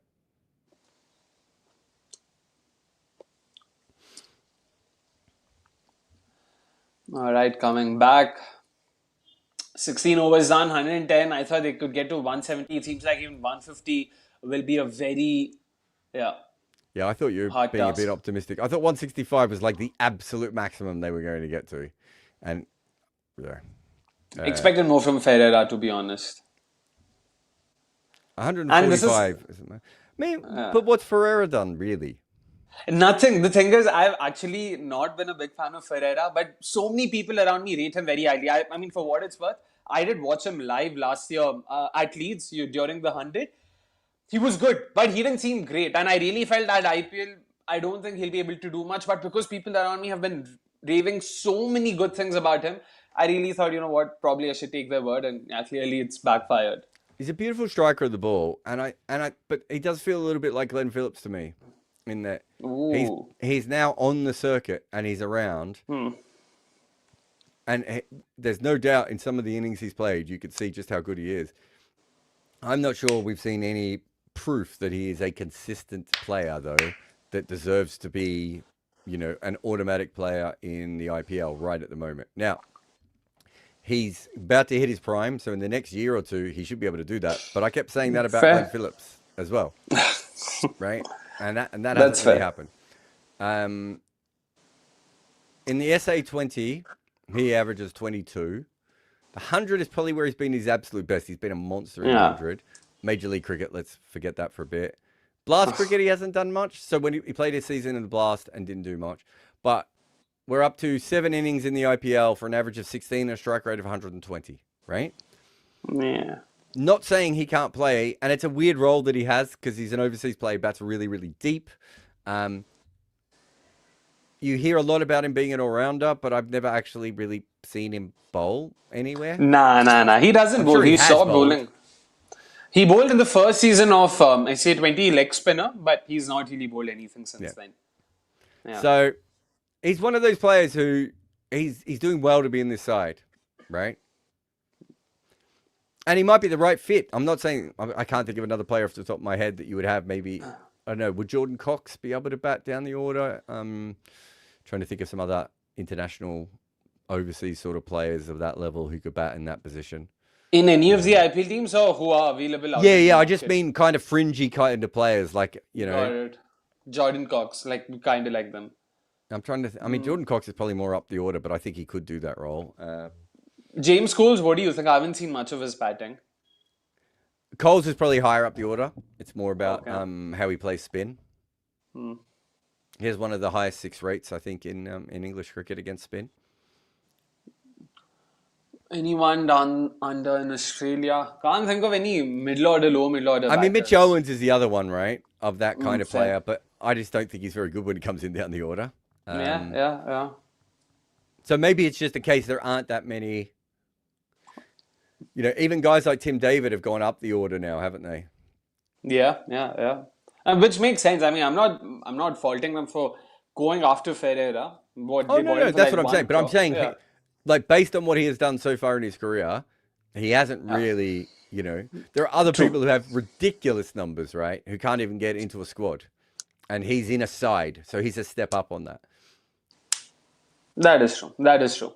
And as I said before, Glenn Phillips was around for a long time, right? Before, he's been in the IPL for what, 5 years, Glenn Phillips? Yeah, 2020. This is the 7th season. So Mick Lebowski says, thoughts on Ashwin's mid-season loan idea for CSK? Do you know what this is? Yeah, so Ashwin suggested CSK going after Vihan Malhotra from RCB. So he's the under 19 off-spinning all-rounder. So yeah, he was he's not played any of the games, so he's technically eligible to be traded or loaned or whatever it is. So yeah, why isn't CSK exploring that? But a lot of people then raise the very valid point. CSK spent 28 crores on 2 uncapped players. You might as well use them. At least see how they go. Yeah. Do you know the team who should be doing mid-season trades? KKR? I would package up all of my senior players, anyone over the age of about 32 that isn't Narayan or a star, and I would say, what can I get for Rahane, Tripathi? Who wants Manish a good fielder? Pandey. Yeah, who wants a good fielder? Manish Pandey, right? Because they are so fucking old, that side. So they can't do what CSK did last year when CSK started playing kids. Because they've got all these old fucking dudes in their side. So say to someone, what do you want them for? We will sell you 5 senior players, right, for nothing. Give us 2 kids, one of which you don't even like. CSK actually could do with the Manish Pandey or a Rahane in the middle order, to be honest. They could really do with someone. No one could do with Rahane in their middle order. I'll take Manish Pandey. Maybe not Rahane, I agree with you, but I'd happily take Manish Pandey. He surely cannot be a step down from whatever they're having right now. Because even if you don't play them, does that not allow them... See, this is where teams need to get smarter. What CSK did last year was fascinating, right? They signed, 3 potential future prospects during the season, right? So if I'm KKR now, whether I need to clear up spots on my roster or in my money or however I need to do it, I don't know the logistics of that. But I am literally going out and going, who are the stars for next year? And I want them all. Because they literally have no young players on their roster.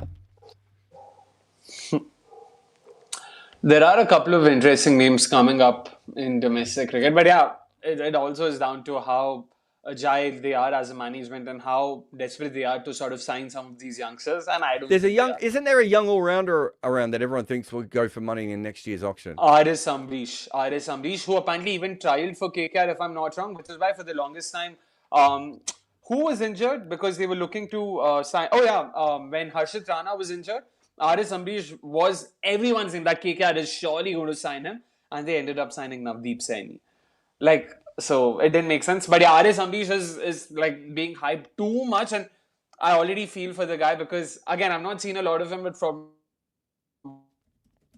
what little I've heard, he is apparently someone who can already clock about 140. He's a great tonker and he's like 17, 18.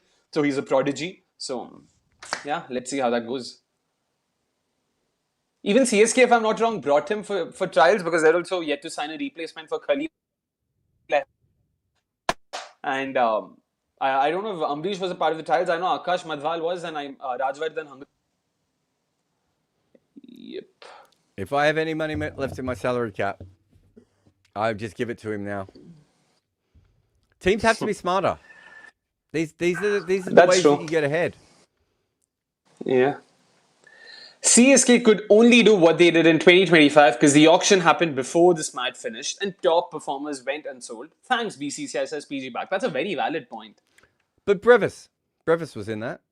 Oh, that Delhi, man. Do you know the story about Brevis? I mean, again, I'm terming it story as if this is facts. I don't know if it's a fact, but more of a folklore, Allegedly. more of a tale. Allegedly. There we go. So apparently, like, have you heard of anything around Brevis and DC potentially wanting him and everything? No. So from what I've heard, again, allegedly, DC again had to sign a replacement. Harry Brook. Oh yeah, right? this one. Yeah, I think I know. But yeah, keep going. Yeah, so Hemang Badani did want Devol Brevis because they thought, yeah, middle order batter, perfect replacement for Harry Brook would really add a lot of value to them. And it does make sense. He was also, I want to say, was he a part of Pretoria Capitals as well at the SA20? I think he played for the Capitals. He was with MI before and then moved to Capitals this year. But anyways, guess who said, no, we don't need Brevis. That's not the kind of player we need. He's a player. He's a mentor who loves going to Maldives. Who's KP? KP said no. KP said we don't need Brevis. Why do we need Brevis? So they sat on it, and guess who they signed later? They signed Sadikullah Atal. So there's 4 players last year: Ervil, Matre. No, Matre was already on CSK's books, wasn't he? No, Matre. No, replacement. Yeah, Ervil, Matre, Brevis, and Luandre Pretorius all get signed last year, right? Yeah. Are you telling me there isn't one guy now that's out there? No, they definitely are. They definitely are. So why the fuck would you wait? I mean, I've been. You see what I'm saying? On top of my voice. Yeah. Oh, unfortunately, we had to make a trade of Manish Pandey and 7 other dudes to another side. Unfortunately, all these players just retired suspiciously midway through the season. Like, do what you have to do, right? Like, bring up a spot that's open. I'm not even saying they don't have an open spot. I'd have to, this is one of the reasons, unfortunately, in the IPL, trying to find this information while you're live on air is almost impossible because having a functioning website that tells you how much a team has left on salary cap and whether they can sign anyone apparently is beyond us as a sport. But wait, I can check that. Check that for you. And also, Jared, one thing, since you mentioned retired, like if a player retires mid-season, will that slot be considered vacant? Can they sign a replacement? I would assume it's vacant, but I don't know. Surely not. It should be vacant. But then don't you think that's but that makes it a very easy workaround. Like teams could just sign old players for the sake of it and then be like, yeah, you know what? Let's use our trump card now. Mate, what are you talking about? Okay. How many players have been marked out of a season during the IPL when they still could have played in that season? You don't need to retire. No, I mean... My point is, he's got a bit of a leg thing. It's touch and go. Maybe he'll be okay for the playoffs. We're not sure we're going to make the playoffs. We probably need a replacement, though, for the next couple of weeks. We'll sign someone else. Done. No one's even going to bat an eyelid. But injury still makes sense because retire means the player's done. Like you're No, effectively. but I'm saying ending a it doesn't player's matter to me career. whether it's Yeah. retired or injured. Like you just find a way. So when I got the job at St. Lucia, I spent one day, actually maybe it was 2 days, in my hotel room reading the CPL conditions, and I found Okay. 14 loopholes that could have improved the team for the following year. Could you name a few if that's all Okay, right? the most simple one in the CPL, and I don't know if there's a loophole that stops it in the IPL, but the most simple one in the CPL was you were allowed to pay players for publicity outside of the CPL. Oh yeah, that's Right? the case even in IPL. Yeah. Okay, so if that's the case, why don't I just sign every single player and then get them to be my ambassador for the rest of the year, and I just have all the best players? Which Right? is essentially what IPL does. Like Oh, they've been doing this for 18 it does. years. It does, and it doesn't. You could do it. The Mumbai one is probably the most obvious with Kieran Pollard, but it doesn't do it to the way. If I wanted to win the IPL, I could go to every major player, right, and be like, "Do you want to win an IPL? We can actually make this happen very, very easily." But I mean, the thing is, it's not just down to money, right? It's if as a team I'm offering something, even the current, like for instance, let's say I walk up to I don't know who Jasprit Bumrah and I say, you know what, I'll give you X amount of money. MI can match that, and I'm not talking about just MI. Any team No, that you go MI to, is if the you team want who them would up. be doing this, though. in Yeah, my yeah, mind. yeah, yeah. I'm talking about any team. I know MI is the wrong Yeah. example because MI definitely Well, matches but anything Rajasthan anyone aren't going to wants. do it. Like Rajasthan before now weren't going to do it. Diageo and RCB wouldn't have done it, right? RCB's done it. No, there's a very clear example. They It's all very do fair. it. They all do it, but Yeah. they do it for a couple of Indian players who are already on their books. What they're not doing at the moment, actually, is they are Oh, not poaching convincing players to players. take less money, and there's the. It's very easy, but in these Oh, smaller leagues, the IPL at least is tough to do it in. If you wanted to fair, win the fair, fair. CPL and you had a couple of $1 million, you could do it every single year, right? And it's not just the CPL. I've seen other playing conditions. It's very similar. Yeah. Also, since Andy is taking the mickey out of me, saying Akshay saying Pandey is an upgrade on a middle order of Sarfraz, Brevis and Dubey is one of my favorite cricket takes of all time. Mate, where's Ayush Matre? I'm talking about replacing Ayush Matre in the 11. How are you going to replace Ayush Matre? These three are already a part of the 11. Can you please tell me who are you going to replace Ayush Matre with in your squad? I don't think. I mean, clearly your team is. I mean, since I'm mentioning your team because one of your earlier comments mentioned my team. You're not trusting Urval Patel. You're not trusting Karthik Sharma. You're not trusting Prashant Veer. So clearly you want someone else. So yeah, I don't think The, Manish Pandey is that bad. the important thing at the moment is that they should be trying to make that trade happen anyway. Would you like CSK? Would you like some Rahul Tripathi back? But I'll actually mention a name, Mayank Agarwal. I don't think he did too badly for RCB in the last three games, including the final and everything. I was genuinely very surprised that RCB let go of him. I was even more surprised that no team bought him back. I really thought KKR were going to buy someone like a Mayank Agarwal and make him captain. Because Rahane, again, I'm sorry, pre-auction, I really thought Rahane is a name they'll move past. But for some reason, they held on to him. And yeah, you can see how that's worked out for them. So we're in the last over. They're going to get past 145, which was the expected runs not that long ago. So Yeah. small kick up here towards the end. Yeah, Shubham's done well. Yeah. Oh, bringing in misfield the too. sub has done well. Yeah, Will it- yeah, true.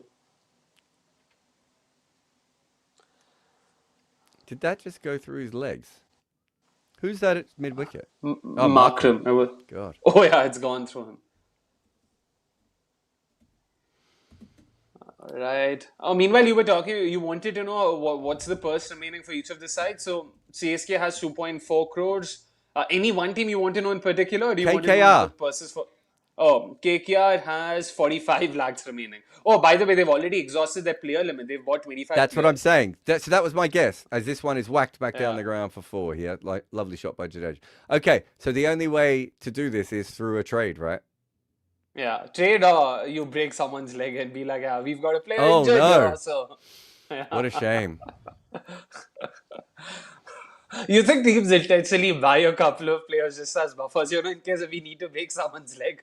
These are our fall guys. They are No, the I ones- think they just realize that people will fall on the sword. You know, Oh man. If I you're old, wanna if you're an believe that older our player teams will now, Yeah. if you're an older player now, you've got one eye on coaching and mentoring and everything else, right? And these franchises Yeah, look after people, right? I was suggesting, first of all, Pandey is not a replacement. He's a part of another side. But how is that me showing my RCB fandom? I just don't get that. Like, Jared, again, correct me if I'm wrong. How is me suggesting that, yeah, the CSK wouldn't I mean, mind to the be money honest, spent? I don't know why he's worried about Pandey as a replacement for Aish is the issue when he actually said Rahane as well. Like there were Yeah, many, exactly. many problems with what Akshay said. Short, and he tries to get this away and hook it, but he doesn't, and it comes off the gloves and goes out to deep. Oh God, who was that? They've got an extra run here from an overthrow, but whoever that was, Ayush Badoni. Badoni. Yeah, I thought it might have been Badoni. Yeah. As he picked the ball Yeah. up, he threw it backwards. The old under 12 trick. I haven't seen someone do that in a couple of years. Oh no, he didn't. Sorry, he didn't. He just missed It it. slipped. Yeah. I mean, to Yeah. be fair, But someone did that last year. I think Bartlett had done that. If you remember, he was fielding at third man. He tries to throw the ball and it goes backward and crosses the boundary. Oh, that was hilarious to watch. 151 for 6, 2 balls to go. So Shubham's kind of been stuck at the wrong end here. He's 19 off 11. Yeah. Jadeja's 35 off 27. But he scored just gonna 12 or 4 force so this far. away, and no, there'll be another 2 to Badoni. Lots of 2s here. Yeah. Big surface. They found the gaps, but not really put any pressure back on.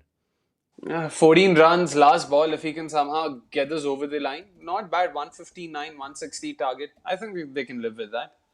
So the market still says, even though they've scored more runs, because the impact subs come in, the market still says that Lucknow is an 82% chance of winning. Ooh, I wouldn't give them. Oh, 82%. I would probably. I think So it's 1 more in like 5. 65, 35. 1 in 5, Yeah. they're saying Rajasthan win from here. Yeah. You think 1 I think in it's 3? more like. Yeah, more like 1 in 3 for me. Yeah. Well, you need to contact Rob. Oh man, I'm speaking as if I'm some market maker or something. Oh, this is up in the air. Is it going to be 6? It is. So Oh, hook shot lovely. right off the last ball. So they've got 2 4s and a bunch of 2s, and then finish that over with a 6. That's kind of how they 20. needed to finish. So 159 for 6. Jadeja ends up with 43 off 29. But maybe the most important innings was the impact batting sub. Shubham Dubey, the other Dubey, the Dubey with a Y, however you want, just in case you're misunderstanding what I'm saying here. He made 19 off 11. They needed to make that change, and they've got themselves up to something that is, in some ways, defendable. It's still 80% chance that Lucknow win from here, but we have seen Lucknow bat. And I haven't looked at the lineup today. Is Mohammad Shami going to bat at number 8 today? They'll bring Yes, in he an is. impact player, so he's going to bat at number. Is he 8. at number 8 now, or is He's he at number 7 now. Oh, okay. Wow. So any batting lineup with Mohammad Shami at number 8, I instantly think's going to lose, even when they shouldn't. Yeah. But let's see anyway. Obviously, there's some form issues and everything else. We'll be back in about 10 minutes. Actually, are you back for the second innings as well? Yep, I am. Perfect. I'm back for the second innings. We might have Roberto Barron as well, but we'll see you in a few moments for more on Combox. But how about a little bit of power rankings before you go? We love the game, but we love the stories. Fans have stories. Former players have stories. Journalists have stories as well. Combox brings them all together. The game lives on.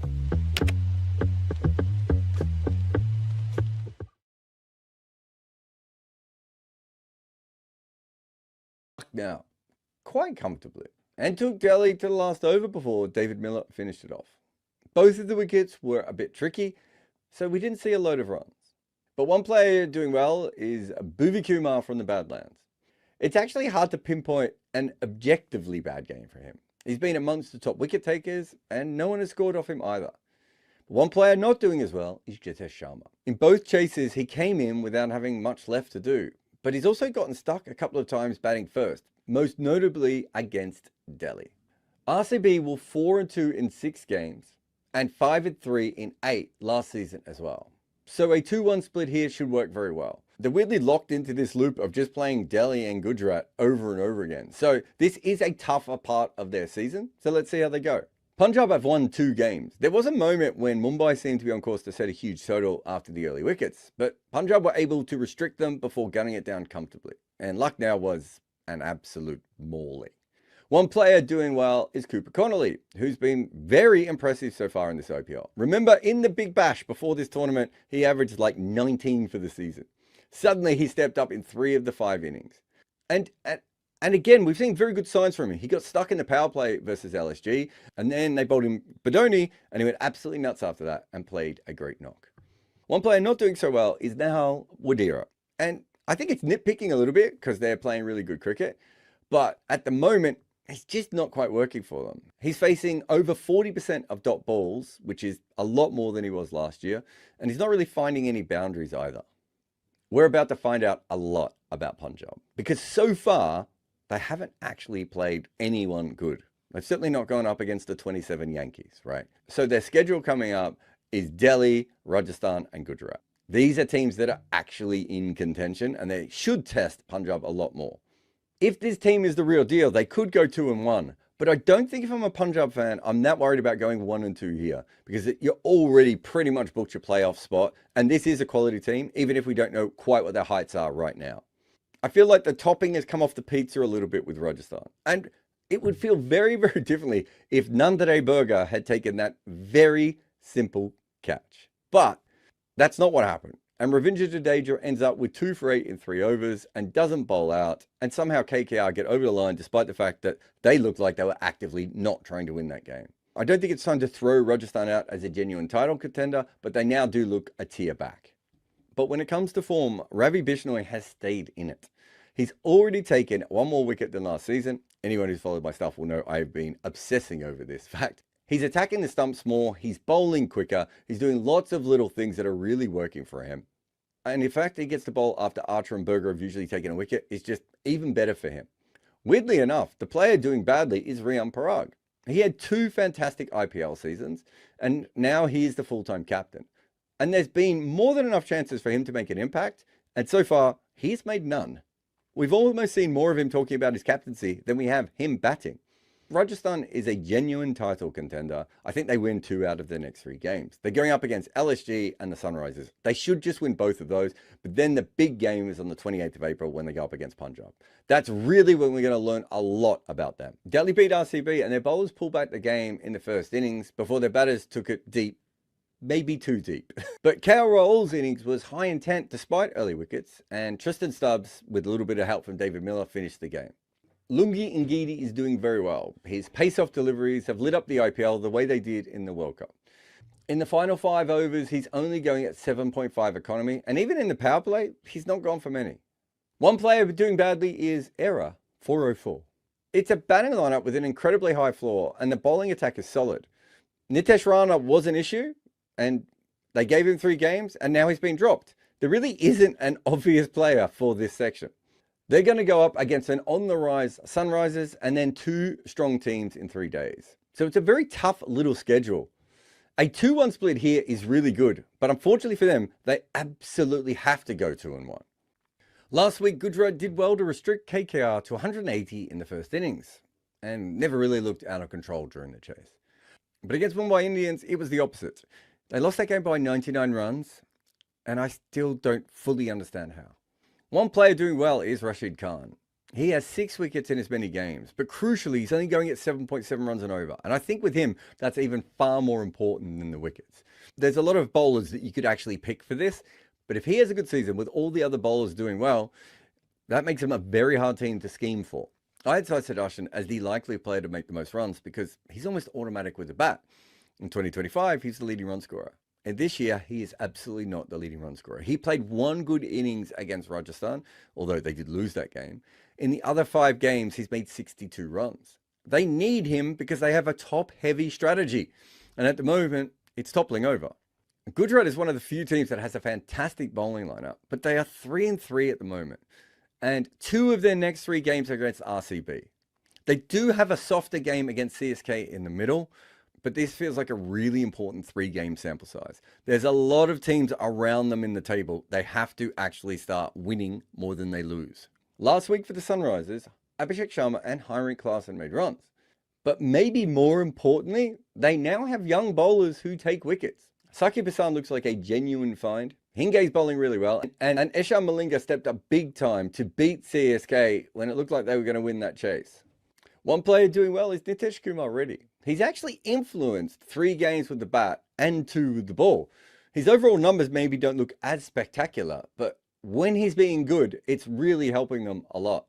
Of course, most importantly, he's quicker now. He's been working with Stephen Jones, and quite clearly, he's faster. And what's noticeable this year is that, as always, he's batting really well against spin, but he has managed to start hitting pace. He's still going out against it, but he's striking 150. One player doing badly, though, is Travis Head. The Travis-Head opening partnership has now clicked thrice, but the Head part of it is not really looking like himself.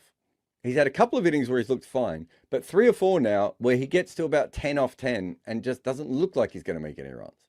It's a tough little stretch for the Sunrisers now because they play 2 good teams, home and away, before they get the Mumbai game.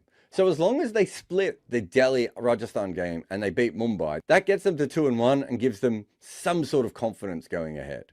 Last week we said that Mumbai would have to win both of their games because they need to win so many, and they went 1-1, which is poor for them. Punjab beat them quite comfortably. But they went up against Gujarat, who's a good side, and not only did they win, they massively improved their net run rate. Tilak Varma played perhaps the best catch-up knock of the season, and their bowling really stepped up. One player doing well is Naman Dia. He's been promoted up the order. He made 50 off 31 and 45 off 32. But that second one was also in a period where his team was doing nothing and the ball was darting around. He hit 2 boundaries in a row on the offside that I'm going to remember for a very, very long time. He looks like a very promising talent, and also if he can nail the number 3 role, it allows him to use Tilak in a way that India did in the back end of the T20 World Cup. But one player doing badly is Surya Kumar Yadav. He scored a decent half century in Delhi, but he batted slowly in the chase against RCB and otherwise hasn't made runs. Fans have already completely turned on him. But it's hard to know if this is just a little form blip or something more serious. But one of the major reasons that Mumbai have been so bad this year is so many of their stars have been awful, and he has probably been the worst of them. They've just got past the bad part of their schedule. They now play CSK home and away, and they also go up against the Sunrisers. They're playing young players, but they've got Rohit Sharma and a lot of experience to bring back in if they want to use it. If they can maintain their net run rate with no other teams in the middle of the pack really going anywhere, a 2-1 split here wouldn't be terrible, but realistically, with their bad start, they've got to go for 3-0. Last week, we said they had a sneaky good schedule coming up, and after 75% of the second game, it looked like they were going to win 2 in a row. But apart from Matre, all the batters just got stuck. But clearly, Jamie Overton is doing well. He's had 2 really good games versus Delhi and Hyderabad. He's been at his absolute best through these middle overs, which is where CSK have bowled in the most. He's also chipped in with the bat, though mostly to ensure the net run rate isn't hopeless. The problem with Jamie Overton is, by the time he comes into most of these games, CSK are already behind. It's just an issue for him in this team. One player not doing as well is Noor Ahmed, who last year was arguably their best player. This time, he's only got 4 wickets, and 3 of those were against KKR, who obviously can't play against spin. There are signs he's finding some form, but one of the reasons they've struggled so much this year is because it's taken him a long time to find it. It is a pretty interesting schedule ahead, with Mumbai Indians home and away and a few rest days. Gujarat is a tricky game, but if they can find a way to go 2-0 versus their out-of-form rivals, it might keep them alive for a little bit more. However, with Khalil Ahmed injured and out of the competition, just as he had his best bowling performance, it's going to be very tough. And of course, they've just added Matre to that. I think they're done as far as a genuine playoff chance, but also I thought that weeks ago. Last week, we were really worried about Lucknow as they were playing very good teams, and they themselves are not a very good team. And both matches were very convincing losses. But one player doing well out of all of the madness is Prince Yadav. He's been one of the most impressive bowlers in the IPL. I had my eye on him last year, but I wasn't quite sure how it was going to translate. But this year has been impactful in all 3 phases of the game. He's a proper wicket taker at the start and the middle. His work against Punjab was just incredible. I had him listed as my player of the week. Unfortunately, one player doing badly is quite clearly Nicholas Puran, whose form slump has not yet shown any signs of improving. Once Josh English returns, I think it's just going to be a straight swap. I think they just have to give up on him at the moment. And unlike Klaasen, it's not even that he's spending a lot of time at the crease. He basically gets to about 8 off 8. And then the minute he tries to hit 6s, he's almost instantly out. This is not a bad 3-game run for a team who's been struggling quite a bit. They've got 2 home games. Yes, one is against Rajasthan, but the other one's KKR. And then they're at Mumbai. The absolute best case scenario is that they win 2 games. And maybe if Rajasthan continues to fall, they could even steal the 3rd. But I think it's just as likely they win none of these. KKR should be sending a fruit hamper to Nandre Burger for dropping Rinku Singh in that other game. They were all over the shop in that one, and I'm still not sure how they won. They very easily could have lost all 3 of these. But one player doing well is Sunil Narine. I mean, almost every time we come to the IPL, he is just unhittable. And this is another season where he's turned up. Maybe a slightly slower start than usual. When we're looking at the one player doing badly for KKR, the list is incredibly long. We've gone with Rinku Singh, even though he just won his team. So far, he has 132 runs in 6 innings at a strike rate of 130. So yes, he's won a game, but outside of that, it's been really dire for him. They have 3 away games on the trot, but weirdly with lots of rest in between. And to be honest, they have to win all of these to keep themselves alive. It's not really a murderer's row, right? Sunrises before the Delhi game. However, you would have to be a very optimistic fan to believe they do anything better than 1 and 2 out of this. So here are our final ratings. RCB, Punjab, Rajasthan, Delhi, Gujarat, Sunrisers, Mumbai, CSK, Lucknow, and KKR. The one thing... Combox. The game lives on.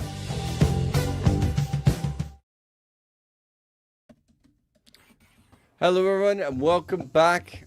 Have we got Rob Barron on a microphone that works? Oh. Yes. Can he make the microphone sound worse? Love that, than Rob. it was before? How's that? Much better. How are we doing? Now keep touching it. That's what microphones love. Roberto, Varun, anyone thoughts on the first innings? As we see Mitchell Marsh and Badoni going to open the battle. I don't know. I kind of tuned out after Vaibhav got out. Yeah, it gave me a really good chance to catch up on my actual job that innings. Jared, what was this about you being the director of photography for Opono? Now we're talking. We're away. Forget the cricket for a second. I was asked to come in and direct a porn film. Wouldn't have been long before I got into cricket writing. So maybe around 2006, 2007. Hang on a minute. You used the word direct there, Jared. You were asked to direct a porn film. No. I was going to be the director of photography. I think my friend was going to direct it. And then the next, if we got the job again, we would have switched roles. What? Okay, we can break this down. Never mind the cricket. What would your directorial ideas have been? No. Omit no detail with your answer. I asked to write the scripts, right? That's what I really wanted to do. And they said, we've got like thousands of scripts. We don't need anything. And I went, but I haven't written a script. Like, you have no idea what this could be. You have done something related to cricket. But yeah, no, sadly, I can't remember what happened. There was some sort of, I can't remember if it was a contractual thing or they got another company in to do it cheaper or whatever it was, but never happened. So you were too expensive, is what you're saying? I can't remember if that was the case or if it was something that, but either way, we never went to Canberra. We never shot the film. I mean, you have missed some opportunities in your life, Joe, but that one stands out as something you should have done better with. What were your ideas? What would your ideas have been? You can get them out now. Well, no. So, I mean, I hadn't got that far because my first thing, Rob, was literally the hardest thing in porn is to light it correctly and then film it correctly, right? So all I was doing was the hardest thing. That's the hardest thing. Sorry. The hardest thing in the director of photography, it's really hard to light porn because you need so much extra light and you can't have shadows. So you need to be really clever about the way you do it. And then you have to be very careful about where you put the camera because as the woman said to me at the time, she goes, the most important thing is we can't just see bouncing testicles the whole time. That's true. No one wants to see that, do they? She was very clear on that. She was very, very clear on that. Also, a singer said here, yeah. That would have been a great gig. It's kind of the two things. Honestly, the two things I would have loved to have done would have been going to that Puff Daddy party I was supposed to be invited to. That's my biggest regret on your behalf. And filmed porn. Those were the two things that I really should have pushed for. See, then your memoirs get interesting as Jofra comes in for his first ball. There's always a wicket. Oh, it almost is a wicket. Great Yorker. That's a good night, isn't it? I think Mitch Marsh. I would have cropped that one out though, Rob. That's swinging low. So it was masses of swing, wasn't it, for Shami and the others early? And it looks like we're going to get masses of swing now. It was that. Do you know what that was though? It was a really late swing. Yeah, that's nightmarish. I think if someone obviously told Marsh that Jofra's got a wicket with this first ball in the last 3 games, he said, "You better be awake," because I think that ball gets a lot of people out. Oh, what a beautiful shot! Second ball. He's almost. Is that Rian Parag at mid off? He's almost hit his hand off his body there. That was so much power. As that it was 90 miles an hour and just struck. If it was delivered at 90 miles, it might have been hit at 100 miles. I'm still trying to think of what storyline I would go with. Like, do you get cricket involved with it? Was that your plan, or you didn't get to the plan at all? No, we did because disappointed. So, like, your wisdom's being delivered, sir. Like, there's a start, like pretty standard. As this is driven through the covers for 4 by Mitch Marsh. I got recruited to do the filming directly. Me and my friend. So we both wanted to write the scripts, obviously, and also I'm not sure how much script there was, if that makes sense. Yeah, it might have been one of those ones that was less script and more fun. Okay. Yeah, but I don't know. I never got there. Mm-hmm. And what role would you want for yourself if you had to have like a cameo? What would you do? Oh, is this one yeah, is that's a good shot. absolutely hammered down the ground for 4. I don't know. I like those. Have you ever seen those ones where there's always like a random? No, you've never seen any porn, so I don't know how to explain this to you, Rob.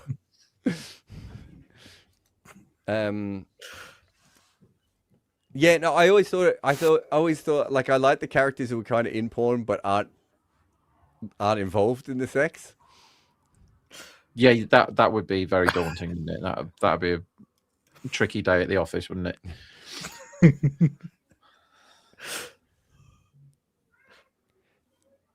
I have what my favorite band, the band who wrote the song "The Parables of Glenn McGrath's Haircut."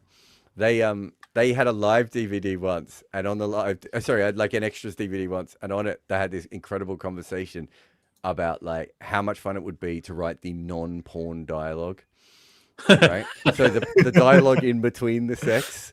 That's good. And I remember them having this whole thing about tennis rackets, and they had this whole tennis racket skit of like, my handle is long, but it's a little bit worn at the end, and I have strings in it. And in the old days, it would have been catgut. And you just like the idea of like having a conversation like that, and then turning around to bum chicka bow wow.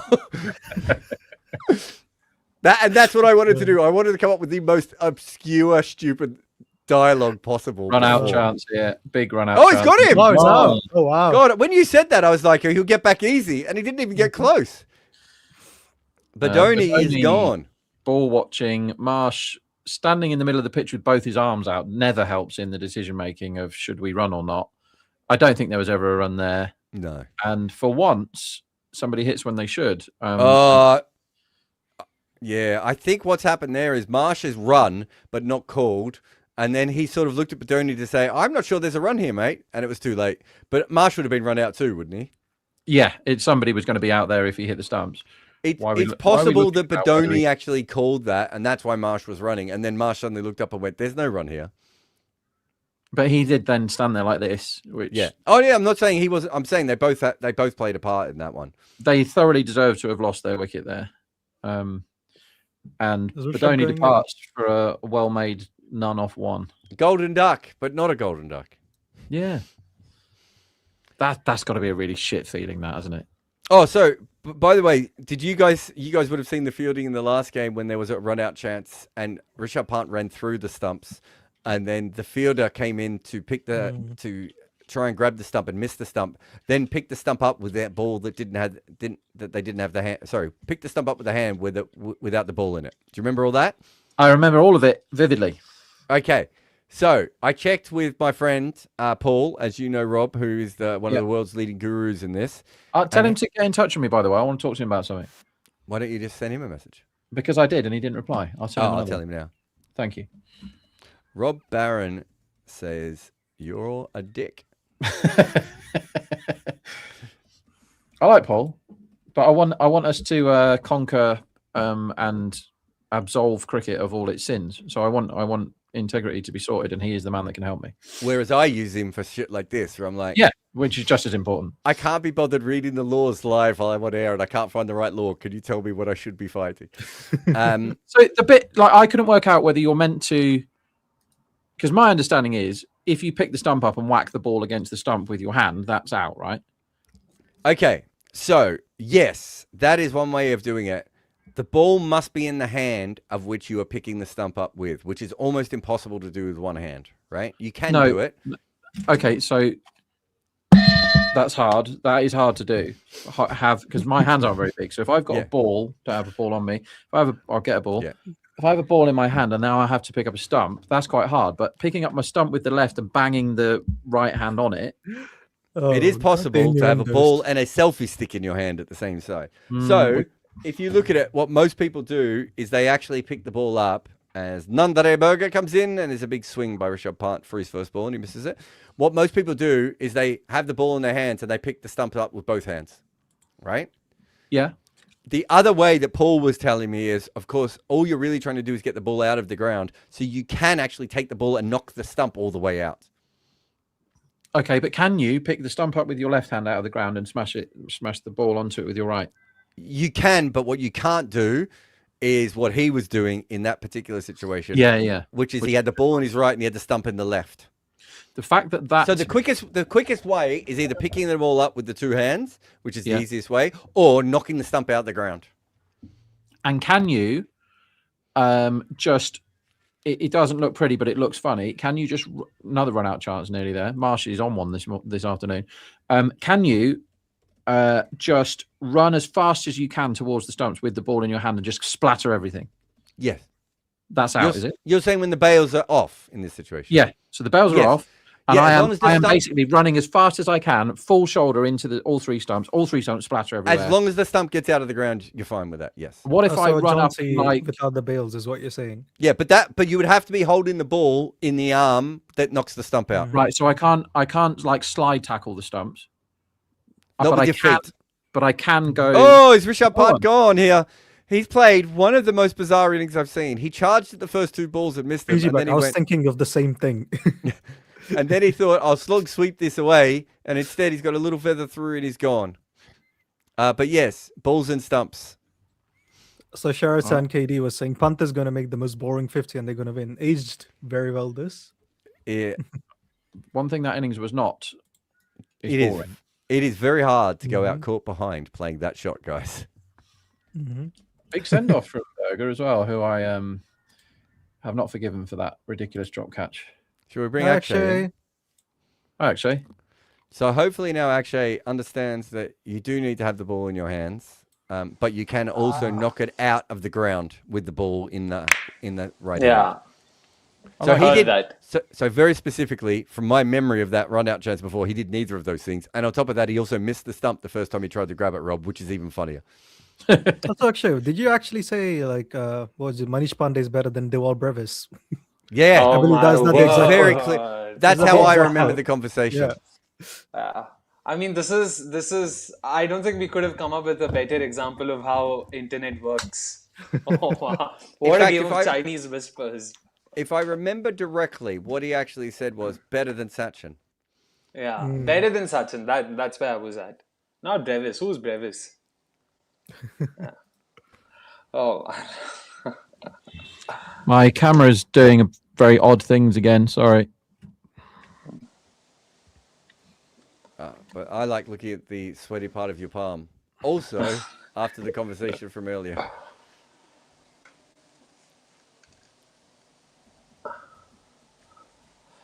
Meanwhile, who was the first wicket out? Oh, this Oh. might be another one. What a delivery from Fucking hell, Nandre Berger. It's angling across.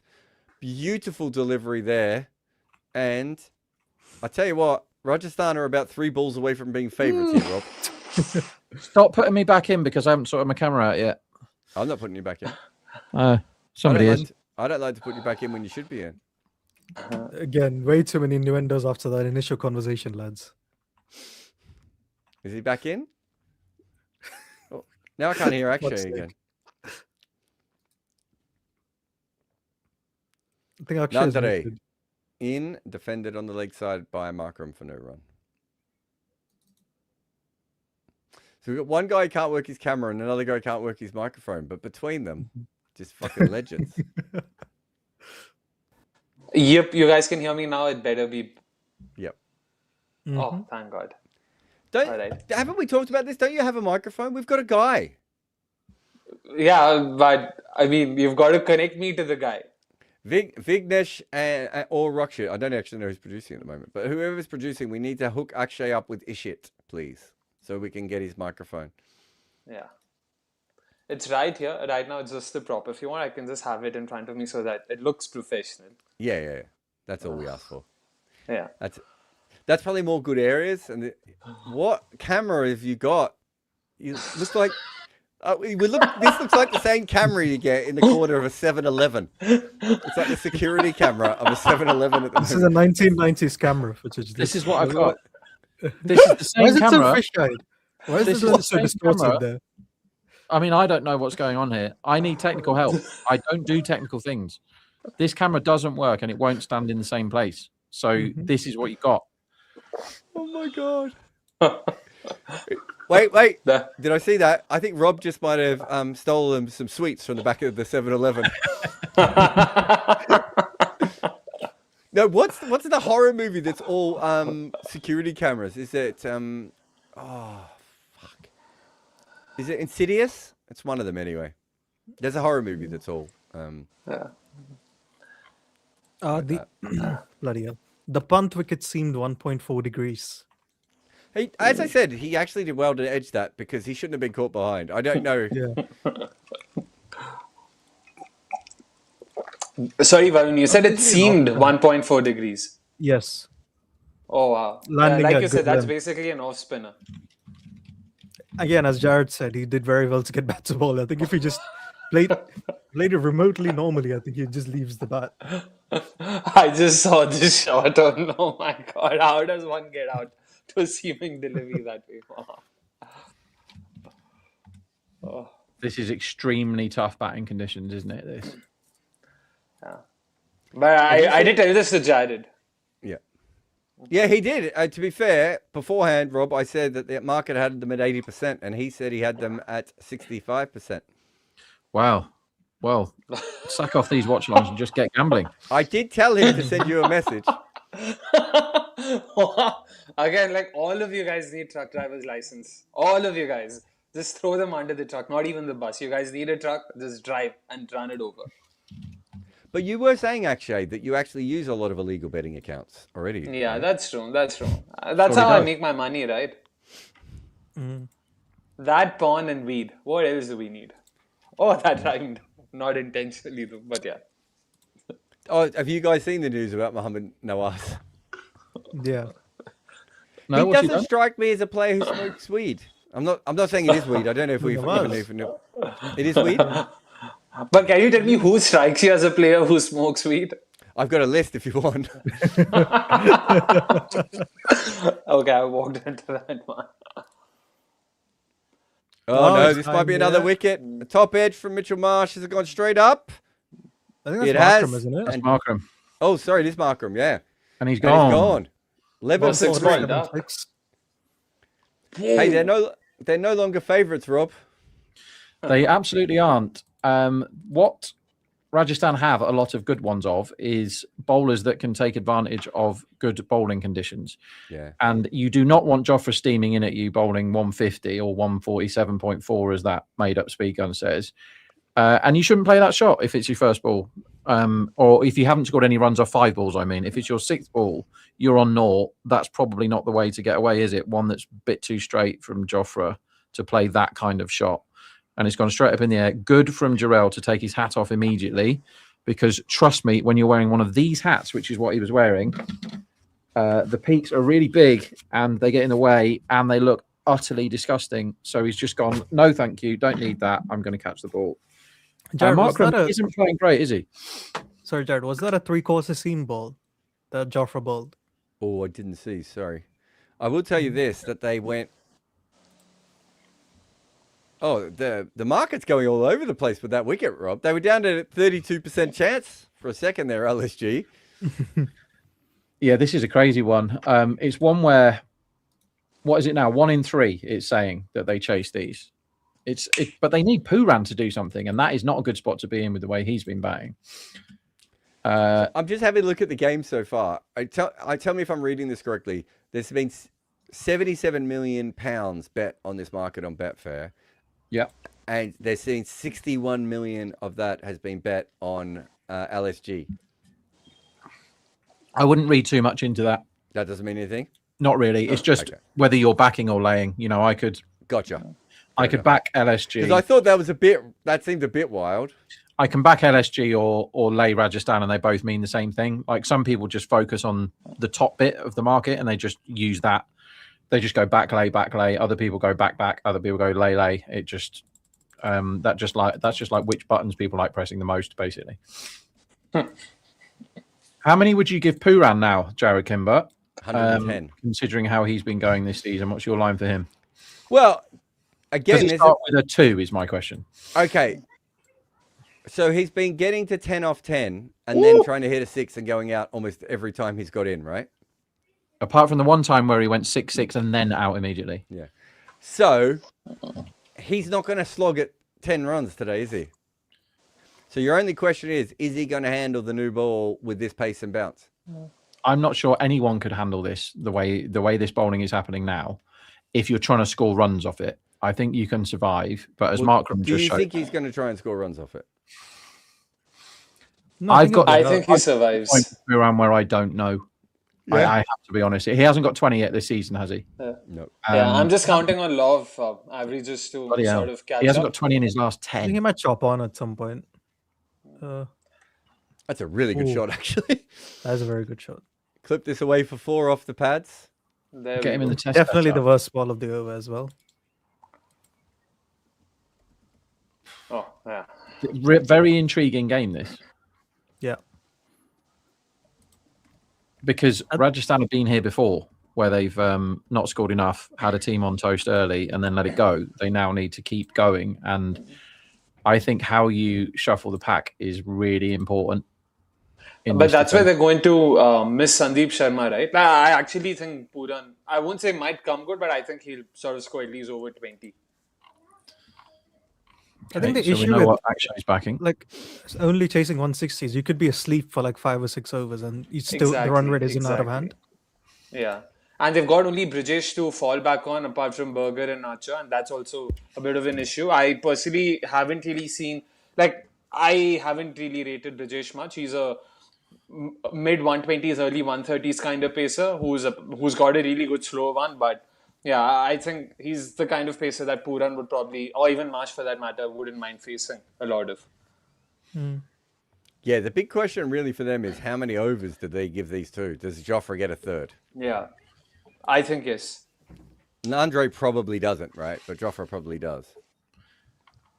I don't mind going 3 apiece. Which bat's coming in? Sorry, I missed it earlier. Who will be the sub? Badoni was the sub. Badoni was the sub, right? And he got out. Oh. No, they named Badoni. Oh yeah, Badoni did field. Oh yeah, then Himmat Singh will in all likelihood be the sub. Well, he's not allowed to face the ball, is he? Yeah, and Jared, that means Shami will be batting at number 9 today for a change. No, he can't be. He's batting at 8. Oh yeah, he does. Then who's missing? 1, 2, 3, 4, 5, 6. They haven't put their impact sub in yet. Who is the impact sub? Yeah. It is Himmat. No, they have Samad as well. So one of Yes, Himmat Singh. Oh, Okay. Samad. Did they have a backup top order player? if they lose another wicket now? Himmat Singh is technically a top order batter. When he was at the DPL and everything, he bats in the top 4. He bats at number 3, number 4. So yeah. Have they played 4 overseas? There is I didn't see who the Mayank, subs were earlier. No, they actually have played only 3, so they've got. So they have Britsky as well. Breedsker in So the subs. Britsky They have could come 3. in, right? Yeah. Why not Britsky bring can come. Britsky in ahead of Puran? Yeah. Yeah, he would be. He's actually quite well suited to this sort of chase. That's, he's the perfect player for this situation, isn't And he? Puran is not the perfect player for this situation. So Britsky is going to be the guy then, Well, We can't say that for sure. Yeah. or Samad If they it's don't late, lose the wicket, need the Yeah. early wacky. I think it'll be Himmat Singh in all likelihood. They seem to be done with Samad for the time being, at least. Last game he was dropped. That's what Pant mentioned at the toss as well. So, and Himmat faced one delivery. So yeah. can I just read you guys the first line of Matthew Britsky's Cricinfo profile? Yes, please. It says, called a real character with a similar mindset to Virat Kohli by his Durban Supergiants captain Keshav Maharaj. I don't know a lot about Britsky, but no. And if you've read that, you still don't know a lot about him, do you? It's a big no from me, everyone. That's Was that written by a human? That line that you just read out, it didn't feel like it. Well, I'm less worried about the line. Although I'm not sure I would have started the profile with it, but I'm more worried by the fact that that's what Keshav Maharaj might actually think. We've got a 27-year-old journeyman cricketer with a first-class average of 37. Do you know who he reminds me of? Virat Kohli. I mean, it might. The thing is, it could be anything. It could be the way he dresses, the way he trims his beard. It could be anything that reminds him of Virat Kohli. It does not have to be that his batting reminds him of It Virat says his Kohli. mindset, though. What are we talking about? In the Fair, world, fair. right? If people call you a real character, that is not good. That is definitely not good. God, that's coming from Yeah, that someone was my who's been first called thought. a real character a lot, isn't it? If some divisive is my favorite that I've been called. He's divisive character.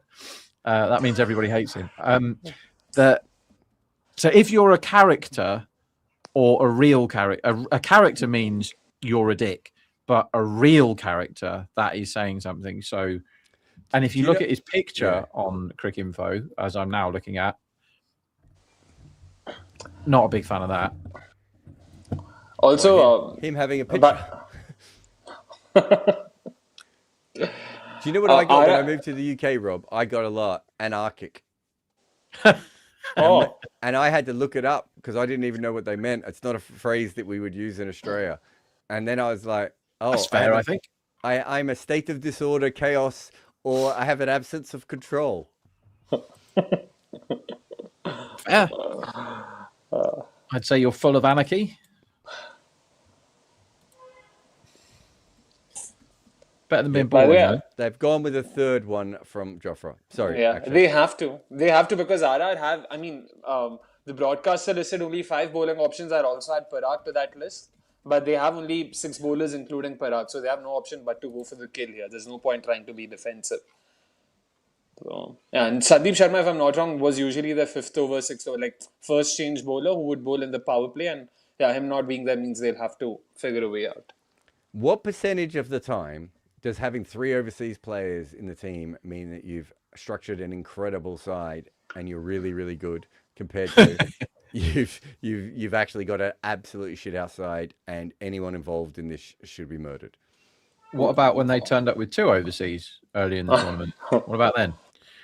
Hang on, they've got plenty of bowling options, really. If you count, they've got Bishnoi, Bridges, Yeah, Berger, Jofra. Yeah. That's 4. yeah. Donovan Yeah. Ferreira, Jadeja. Ferreira, doesn't bowl, man. Ferreira, no. Please. It's a bowling option. Not- You're more No, likely to no, bowl no. in this game than he is. Jaiswal. Let's not forget that. Then Ferreira is a bowling option. If Jaiswal is a bowling option, then so is Ferreira. So fair. Yeah. So I Parag. think Jadeja is the Basically, 5th everyone bowler. can And bowl apart from Jarrell. Parag is I the 6th assume bowler. Suyavanshi's really good at it. We just haven't That's seen it it. yet. Oh, is this out? I No. thought that Beautiful was out. ball. angling across. Puran, to be fair to him, is trying to see this threat off and struggling to do so because that is an absolute jaffa, that ball. He's done well. My word. So Prithvi is saying LSG wanted all their top 4 to open, so they must be happy all 4 open today. Good shout. But sorry, what's the logic behind opening with Badoon even Makram's done just fine? I don't think he's done badly enough to warrant. It is actually quite weird, isn't it? Because he's the one who made runs, and they were like, "Actually, we're going to move you because Mitchell Marsh hasn't made any runs." You know, there's no logic whatsoever behind anything LSG do, right? Oh, What a ripper! How are these balls not getting him out? bloody hell. Those last 2 balls get a lot of people out.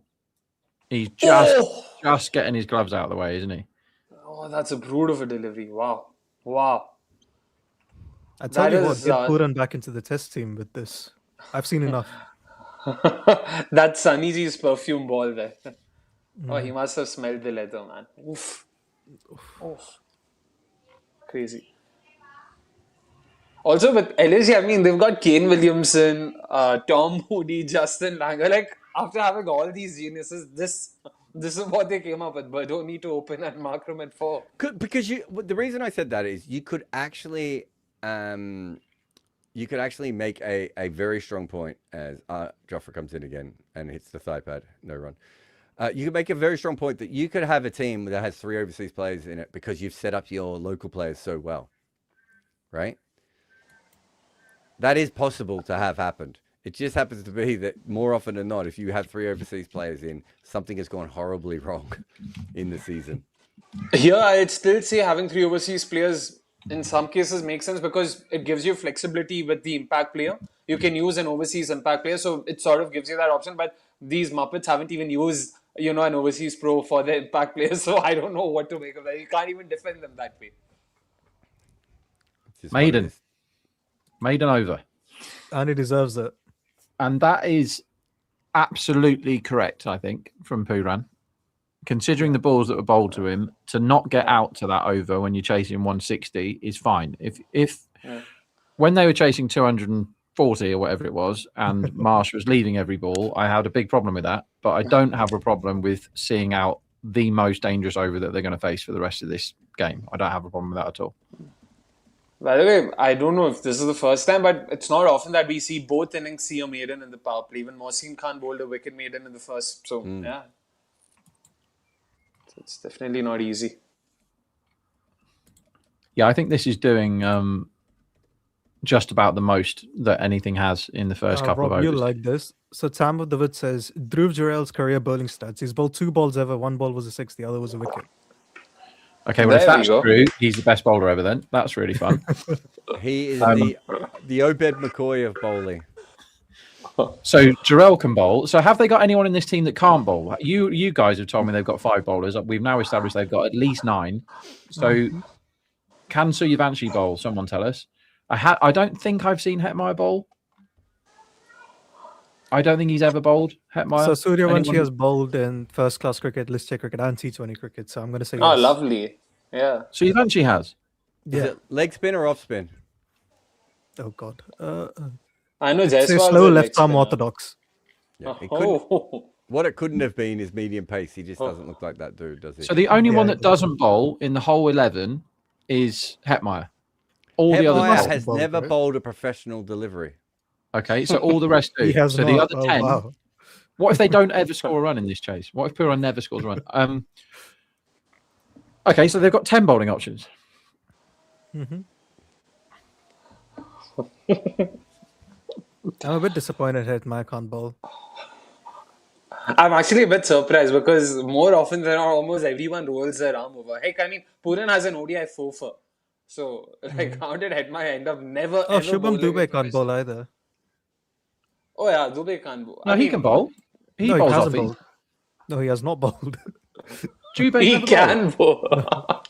Oh, come on now. Neil says, You're right, "What's the he is an sport-" offie, but he hasn't bowled. Neil's asked 3 different questions. What's the sport culture in Australia that they perform good in every major sport? Sport is just way more important in Australia than pretty much every other culture you come across. So from a very young age, it is such an important part of society in a way that I've never come across another country that's even close. Can you guys do a who hit what's for T20 internationals? Not now, no. 3 is true You stats. can do one for possible ODIs, Jared, before the ODI World Cup. Oh, this Bang. one's whacked on the leg side. That's 6. What does who hit what mean? We did a video on what was it? It was who's good against different kinds of bowling. So in the IPL.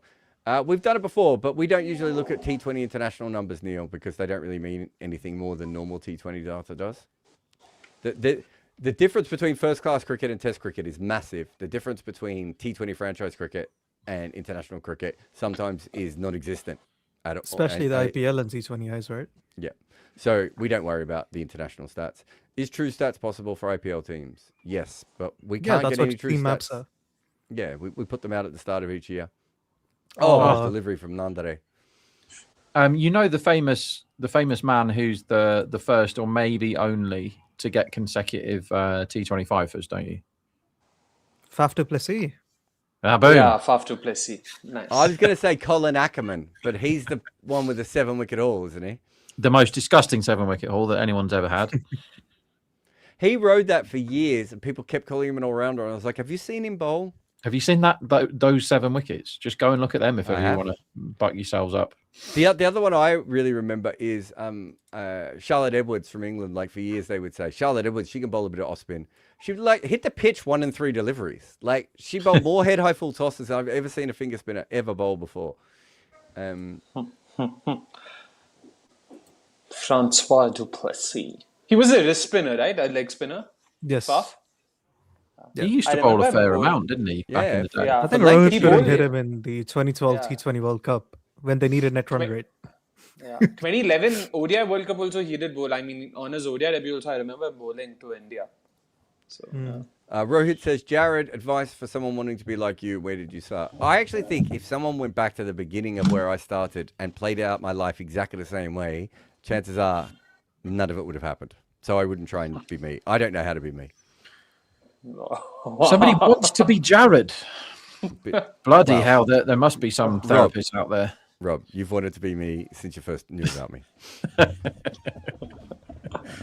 And I mean that purely sexually. That's fair. But I love that for an answer. If you want to be me, don't do what I did. Andy says, top 5 T20 death bowlers in the world. I'll go Jasper Bumrah and you guys come up with the other 4. Nathan Bravo Ellis. for sure. Bravo. Catherine. What are you even playing? All time. Oh, No, I I think mean, he's it says now. nothing. Okay. Okay. We'll say. Okay, Bravo, Malinga, Yeah. Bumrah, Alfonso Gould, Thomas, Chris Umar Gould. Morris. Done. Chris Morris. That was easy. Okay. If you say Yeah, Alfonso next Thomas, question, I'd say please. Yasser Arafat. That's how we keep moving on without even wondering if that was actually the question. Just move on. Here's the first big moment of this game since the wickets. It's Brijesh Patel coming on, first over after the power play. Jared, we'll have a problem if Brijesh Patel is the one coming on. Brijesh Sharma. Brijesh Patel yes. is an 80s cricketer. What? That's a callback, isn't it? Brijesh Patel. Yeah. I wonder why I was looking him up recently. I wonder too. I do look up random cricketers, so it's not impossible. I mean, he's a Karnataka legend where I'm from, so we all know a Andy lot says about. now. Oh, now fair. All right. Yeah, So Bumrah, Bumrah, Ellis, Ellis, I agree. Yeah. Ngidi. Yeah. Sure. Yeah. Has been good. Bhuvi, Hazelwood, would either of them feature somewhere Hazelwood. based on sure. IPL? Yeah. Bhuvi, I'd I don't put know. Hazelwood in there. anymore. I mean, He's Bhuvi's quite actually good. been really good at the IPL. I'm not sure he might be. I have no clue who he is at this point. I have not checked it at all. And then would you have someone like Holder or Rabada who could take like 9 wickets a ball? No, I don't I'd care about rather go wickets. to Ishan Malinga at this point in time. He's quite good, to be fair. He hasn't Yeah, played a lot yeah. though, has he? Harris Shroff Yeah, only in Australia. Bikram says, growing fond of Akshay slowly. Oh, See how I said that, everyone? Mm-hmm. Jared K, love your slow work. poison. But Rob, better banter. Fuck off. No, Jake- he means get better banter is what he means. JK, you're turning paler day by day. I don't think I am. This is my skin. Hope all is good. How Puran gets back to his old self. Why is LSG so hit or miss? They've got Mohammed Shami at number 7. Number 8, sorry. Like, the structure of this side makes absolutely no sense at all. But they do also have 3 or 4 guys at the top of the order who are in bad form. You can't carry that. There's nothing you can do about that. With Puran, I've seen him do this many times before. I wonder if he is standing across his stumps a little bit more than usual, and he should maybe stand a little bit more leg side. But 4. There's his first boundary. yeah, Yep. there you go. Akshay says, Rob, as a responsible gambler, that's in quotation marks, Exactly, in quotes. Yeah. responsible gambler, what is your opinion about players like Polymarket? They seem sus to me. Please feel free to go on a rant. Okay, first thing, you are not allowed to bet responsibly, right? There's a big advertising campaign, and in England, if you want to be advertise as a bookie, which they do constantly, they're everywhere. The bookmaking adverts, you can't turn the telly on without seeing one. I think it's 22% of your adverts have to be about responsible gambling. Like, you have to say, when the fun stops, stop, and here's GamStop details and all this. But betting responsibly means you look for like the best odds, so you don't back evens when everybody else is 6-4, right? Because you're chucking 10% of value in the bin. And betting responsibly is betting, within your means and having a staking plan and shopping around for the best value and all that sort of thing. If you do any of those things, the bookmakers close your account. So you're not allowed to bet responsibly. So that is a fallacy. That's absolute nonsense. So we'll leave that one there. I could go on about that all day as Puran gets another boundary. Polymarket, don't use them because getting money in and out of America, which I understand is where they are, is very, very difficult. But the bit I like that I've heard is that they bet on absolute and complete nonsense. The bit I don't like is they're betting on, like, will the war happen or will the price of oil go up or down or whatever. And I think that is ethically... or will someone's speech finish at the 57.33 second mark? I don't mind that because I've done that market at every wedding I've ever been to. Oh, no, but I'm saying, did you not see that she just almost finished her speech straight away and then just ran off the stage? Like, I mean, they're obviously openly fixing markets, and that means that people are being just ripped off. See, that is, if you play in markets that can be like that, you're an idiot. Like, I don't disagree, but people are idiots, Rob. There's 4 of them on this show. That's true. The vast majority of people are idiots. I forgot that. So every year in the Super Bowl, they just do as many markets as they possibly can, don't they? And they have done since the dawn of time. And one of them is like, how long will the national anthem last, or how long? I'm okay with that, or whatever. But yeah, the way they get away with it is they say we're not offering odds. We're just providing a market, and you lot are doing odds, and you lot are deciding who bets on what. Yeah, I have a big problem with all that. It shouldn't happen, but particularly for stuff that could have political ramifications. Like, I don't really care if somebody puts up odds on how long a speech is going to last, and then they just go good night and win all the money. Like, you're an idiot if you're playing that. But if it's stuff that actually matters in the world, there probably shouldn't be markets on that. There used to be somebody, I don't know whether they exist. There was like ghoul betting, it was, and they actually laid bets. This human or humans, and it was like on the worst, most preposterous things. I don't think I'm going to get into the actual markets that were out there, but they would say, how long before this awful thing happens, and people would bet on it. Well, you can bet on, I'm pretty sure one of the markets on Polymarket, you can bet on whether the end of the world's going to happen or not. Yeah, you can bet on whether Jesus comes back. And my only thought on but the Jesus one I get, right? Like, I'm probably going to bet against, but I understand it, right? But betting on the end of the world, how do I fucking collect if I'm right? Exactly, yeah. There's going to be a nuclear attack and we're all going to get bombed to death. And I'm like, okay, great, I was correct. Where do I pick up my check? But I remember a couple of years ago during the Ambani wedding, I don't know if Jared and Rob heard of it. I'm pretty sure Varun would have heard of, the lavish affair that was a couple of years ago, where the who's who of global celebrities were in town. So there were markets on who's coming. Will John Cena come? Will Undertaker come? Will this guy come? Will that guy come? And everyone was going berserk betting for them. So that was really weird to see. Did the Undertaker go? No, just John Cena from the WWE That's a shame. scene. Yeah, the FIFA head of FIFA, the chief, whatever, Infantino, whatever the name is. The guy who said he understood racism because he was his hair was ginger when he was young. That guy. He's the guy who gave Donald Trump a peace award. Understandable. He's a fascinating dude, that dude. I tell you what, like we all laugh at Jay Shah. You don't have to look far across to be like, okay, you know. Yeah. But Yeah, you know, like- he awarded Trump, he gave Trump the Peace Award, the FIFA Peace Yeah. Award, which is a made-up award. You FIFA spoke Peace about made-up Award. cities. Yeah. Okay, here's That's a question for everybody has to answer this. Let's say you're getting married, or in Jared's case, getting married again. Who is your fantasy wedding guest? You can have one person to turn up, and it's not the person you like the most necessarily. It's somebody Okay. that is going to get everybody else Oh, up here. Oh, man. Like you want someone to just come to it, and everyone goes, "Shit, how did you get that person? This is awesome. Who are you going for?" do you know Fuck, Andy that's good. Samberg, the comedian, when he Yeah, had his I wedding? love him. Yeah, and Adam Sandler turned up to his wedding in character. Yeah. Oh, Like from I his like movie, the wasn't idea of it? that. Yeah. Like I would like the Yeah. idea of like I'm trying to think of a really cool like I would okay, here's one for you, Rob. I want Philip Seymour Hoffman to come to my wedding Ooh. as Lester Bangs from Almost Famous. Okay, good. I've got terrible news for you. He's not currently available. Yeah. Okay then. You did say someone that would get everyone off their seats and surprise. I mean, Yeah, that would never you happen. don't think a dead Philip Seymour Hoffman dressed as That's Lester true. Bangs wouldn't excite people? I know it would. That would get people going for sure. Okay, so you've got a dead. All right, living people, Akshay and Varun. Oh, sorry. Oh, man. You know, for me, it's actually something that we've discussed because I don't know if it's too much information, but I'm actually getting married in a few months. So I'm it's not just a coming. random Stop fucking asking. So who is it then? Jared Kimber is your fantasy wedding invite. Sure, let's Can go do a with lot that. If better. that's what. Yeah, that's. So hang Who on, would your I go girlfriend's for? not your girlfriend. Your girlfriend's your fiance. Does she know she's getting married to you? Let's have the proposal story. Why are you assuming they're the same woman, Rob? Did There you you go. propose? Did you propose at Chinnaswamy? Oh no! I wish. As but no, it wasn't. as Coley knocked a single down to Long On.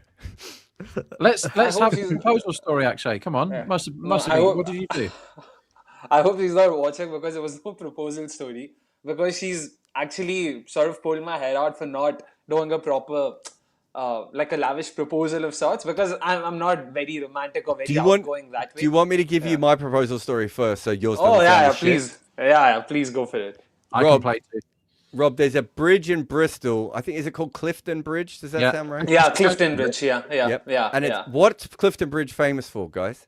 Being a suspension bridge. Yep. And also, what do people do a lot off Clifton Jump Bridge? off it. Yeah. It's a famous suicide bridge. I didn't know any of this because I'm not from England, guys. So I thought, here's a beautiful bridge near our hotel. I will propose to my wife on this bridge. And it was only as we went back and told all of our friends, they went, you proposed to her on the suicide bridge.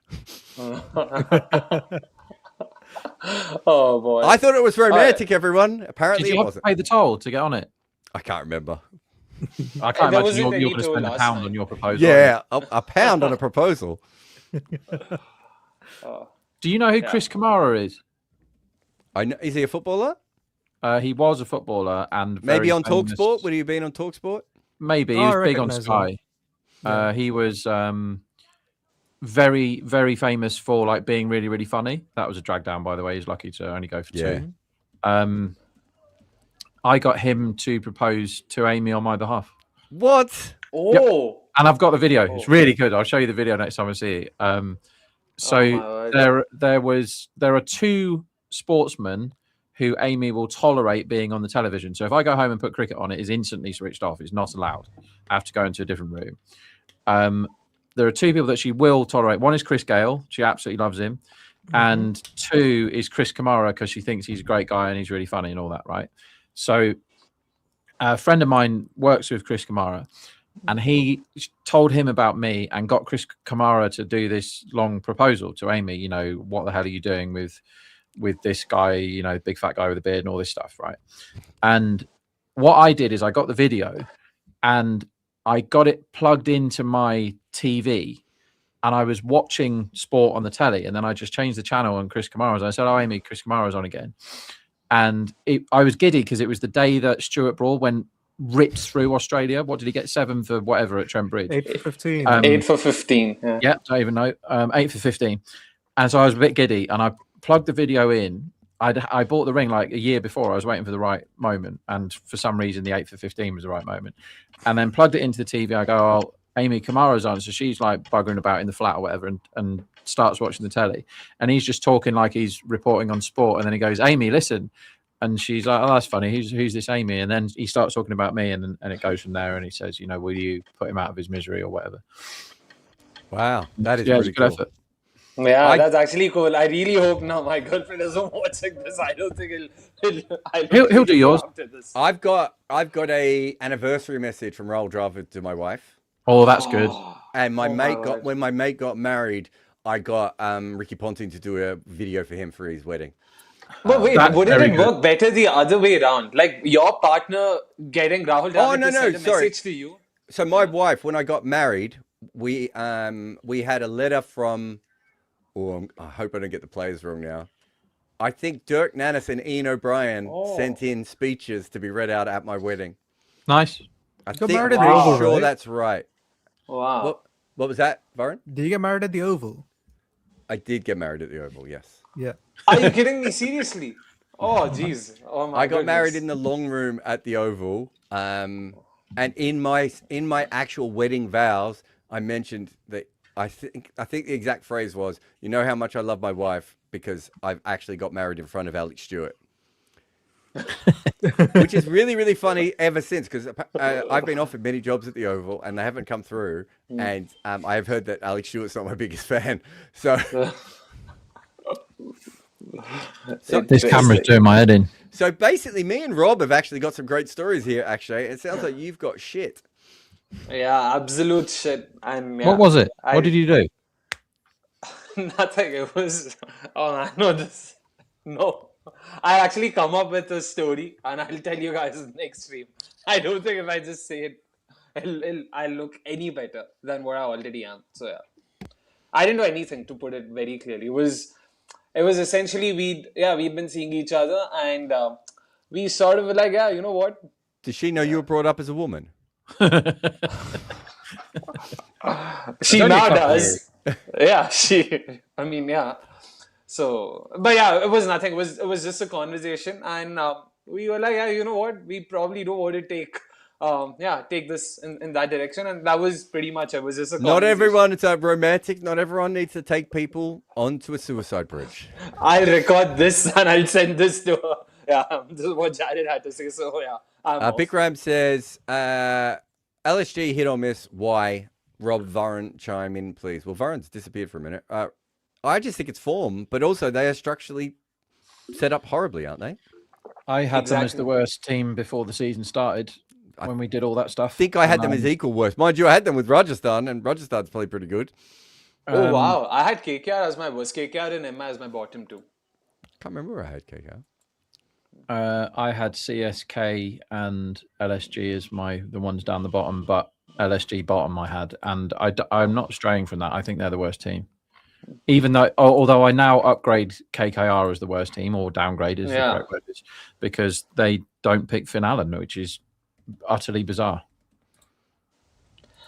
I mean, I still think LSG are better than the likes of KKR and even CSK for that matter. Again, no offense to the other teams, but with LSG, I still think that bowling attack, I expected a lot more out of it. And again, it was so Tom Moody coded. I was telling this to Saurabh. Like Tom Moody, when he was SRH's coach, again, came up with this pace battery and had David Warner at the top and was just like, you know what, I'm not going to focus on my batting. I'll just focus on my bowlers and let's see where it takes us. That's essentially what they've tried to replicate with LSG as well. What they've got 8 bowlers or 7 bowlers. All of them are top tier Indian pacers, and then add Andrik Nokia to that as well. So they didn't do too badly when it came to the bowling lineup, and they were probably hoping Puran did better than what he's done so far this year. But yeah, he's Look, just been this is where, especially in these short seasons, form plays a huge role, right? As I said with Rajasthan, I never really bought into Rajasthan even when they were winning. Lots of people being upset that I didn't have them higher up in the power rankings, although they might be higher here as Puran hits this straight up in the air, and it is caught. Did Puran try and go out the minute he tried to hit a 6, Rob? Shocked. Same as every time. I was just about to say there's going to be a wicket any second. I hate people that say they were just about to say things. Yeah. But it felt like they have to up the rate now. And both of these have been plodding for ages. And as often happens, and as always happens with Pooran this season, he did his best. He stuck in there for a bit, and then he got a ball, and he's like, "No, I've got to hit this for 6. I've had enough." And the thing is, when you're such a massive 6 hitter, and you get a ball, your brain and your body, I guess, just goes, "No, I'm sorry, I'm belting this for 6," and that's the end of it. But when you're so out of form like Pooran is, it goes nowhere near the middle of the bat. I think the bat turned around a bit in his hand there, and out he goes for an abject 22 off 25. By the way, I did say Pooran will score more than 20. So You did? You did? yeah. I mean, it made sense as long as he didn't get the early wicket. It made sense he went past 20, but it also made sense that the minute he tried to attack, he was probably going to go again. Someone has asked, Prab has asked, why doesn't the ICC build up well for the World Cup like FIFA? It's probably because FIFA's worth between 10 and 20 billion dollars, and the ICC is probably worth about 350 million. I could be wrong. Also, the FIFA does it in appallingly badly judged places. Yeah. And for terrible. I mean, as fans of cricket, I don't think we should be talking about football's, sort of mistakes. I don't think cricket has done any better any which ways. It's done different kinds of incorrect mistakes. As Himmet is coming out. Wow. That's what you wanted, actually, wasn't it? Yep. I think How is he going to... All right, how many is he going to score off how many balls? And why? And how? That's too specific. I'll take a shot at runs. I think he'll score 15, more than 15. 15 to 20 is the range I'm going ahead with. I'll be a bit conservative with him. And then he'll get out, and then... What shots is he going to play? What, sorry? What shots is he going to play? How does he play? I don't know. I mean, he's going to be facing spinners here. So I'm assuming his role here primarily would be to first nudge it around and give Mitchell Marsh the strike, try and feed him as many deliveries as possible. But because Marsh himself is no sort of gun batter of spin, I don't know how exactly this is going to work out. It's a bit interesting. I want to see if Himmat actually, takes the attack to these bowlers, because this is technically his first IPL innings. Last time was, and he played 1 ball. He's played like 4 or 5 innings, but yeah, I did see This Jared's is his video. 5th innings in the IPL. Yeah. He's faced 1 ball in his last game. Yeah. Oh, was that the one where he got dropped? No. He was the one who came as the impact sub when they needed 50 to win. 50, They needed exactly. 5 off 1 ball, and he got dropped and got a single. Yeah. Oh, did he? Yeah. Sorry. Yeah. That was. It was just the best debut ever. It's like he was impact. It wasn't his sub. debut. It was his 4th No, game. but he's all right. The first time he'd actually done anything. So and the he first did time nothing he still. bowled a ball or faced a ball, he got dropped and got a single. It's the best ball ever.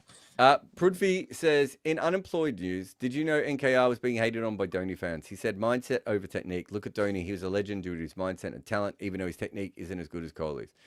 That's all factual. Very different player. Yeah, but the technique-wise, no one's saying that Dhoni has a better technique than Kohli. That would be a there aren't preposterous many thing to say. There aren't many stacked up that do have a better technique than Kohli. Code Noob says the Deepak Chahar proposal. The Chinnaswamy proposal was... that wasn't at the Chinnaswamy though, Code Noob. That was, if I'm not wrong, in Mumbai, because that happened in 2022 and the entire season was played in Maharashtra and Mumbai and Pune. So I don't think it was at the Chinnaswamy. So it was in... I will say this. One thing I really like about cricket is we don't have proposals up on the big screen very often. Oh, yeah. American They're sports, very I'm like, tedious, aren't they? I don't like him at all. And also, like, it's only exciting if the woman says no, right? It's only good TV if she says no, and you don't want her to say no. That's true. And by the way, Rob, since you mentioned, like, she's technically my fiance, with fiancés and not girlfriend Technically? and boyfriend. I mean, technically, as in, that's the... I think You you've got a can verbal call your contract, girlfriend. I think is the word you're looking for. Yeah, If you're engaged, she's your Oh, fiancé. you've got an engagement ring. Guys have engagement rings now. When Yeah, does that yeah, happen? yeah. I mean, again, so to be clear, like I said, we sort of decided, to not call each other fiancé. We're like, you know what, we're happy still being girlfriend and boyfriend to each other. So that's essentially it. Again, I don't think there's any set labels. Yeah, But you have an engagement ring. You can right? call a bike a Ferrari, mate. It's the same thing. Don't call her your fiance, but you do wear an engagement ring. I've never heard of that.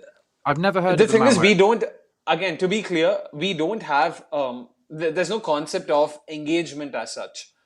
this is essentially our wedding ring for all you want to call it. Like, we don't have engagement, isn't a thing, isn't a part of our culture. So we wanted to get each other something. So exactly. No, I don't As a part of your I don't culture, even wear a we are there wedding with ring. Why? Exactly. I fucking hate rings so much. Yeah. I put it So- on for about 2 weeks, Rob. I didn't like it. I've got it on a necklace in my room. My wife has never ever cared that I don't wear it. Exactly. I'm 'Cause you're gonna fairly get sure, flocks of Rob, women- that she knows I'm married to her. You're gonna get flocks of women coming up to you whether you've got. a Oh, wedding you ring have no or not. idea how many women I've missed. They're throwing themselves at you right now. Yeah. But wait, I see the comments and they're like, I'm very confused. I mean, it's not confused. It's just we decided for ourselves that we don't want to call each other fiance. That's it. There's nothing more to it. So yeah, that's I it. think the more you share about your life on here, Akshay, the weirder you come across to other human beings. I don't know if you've ever talked to other human beings before.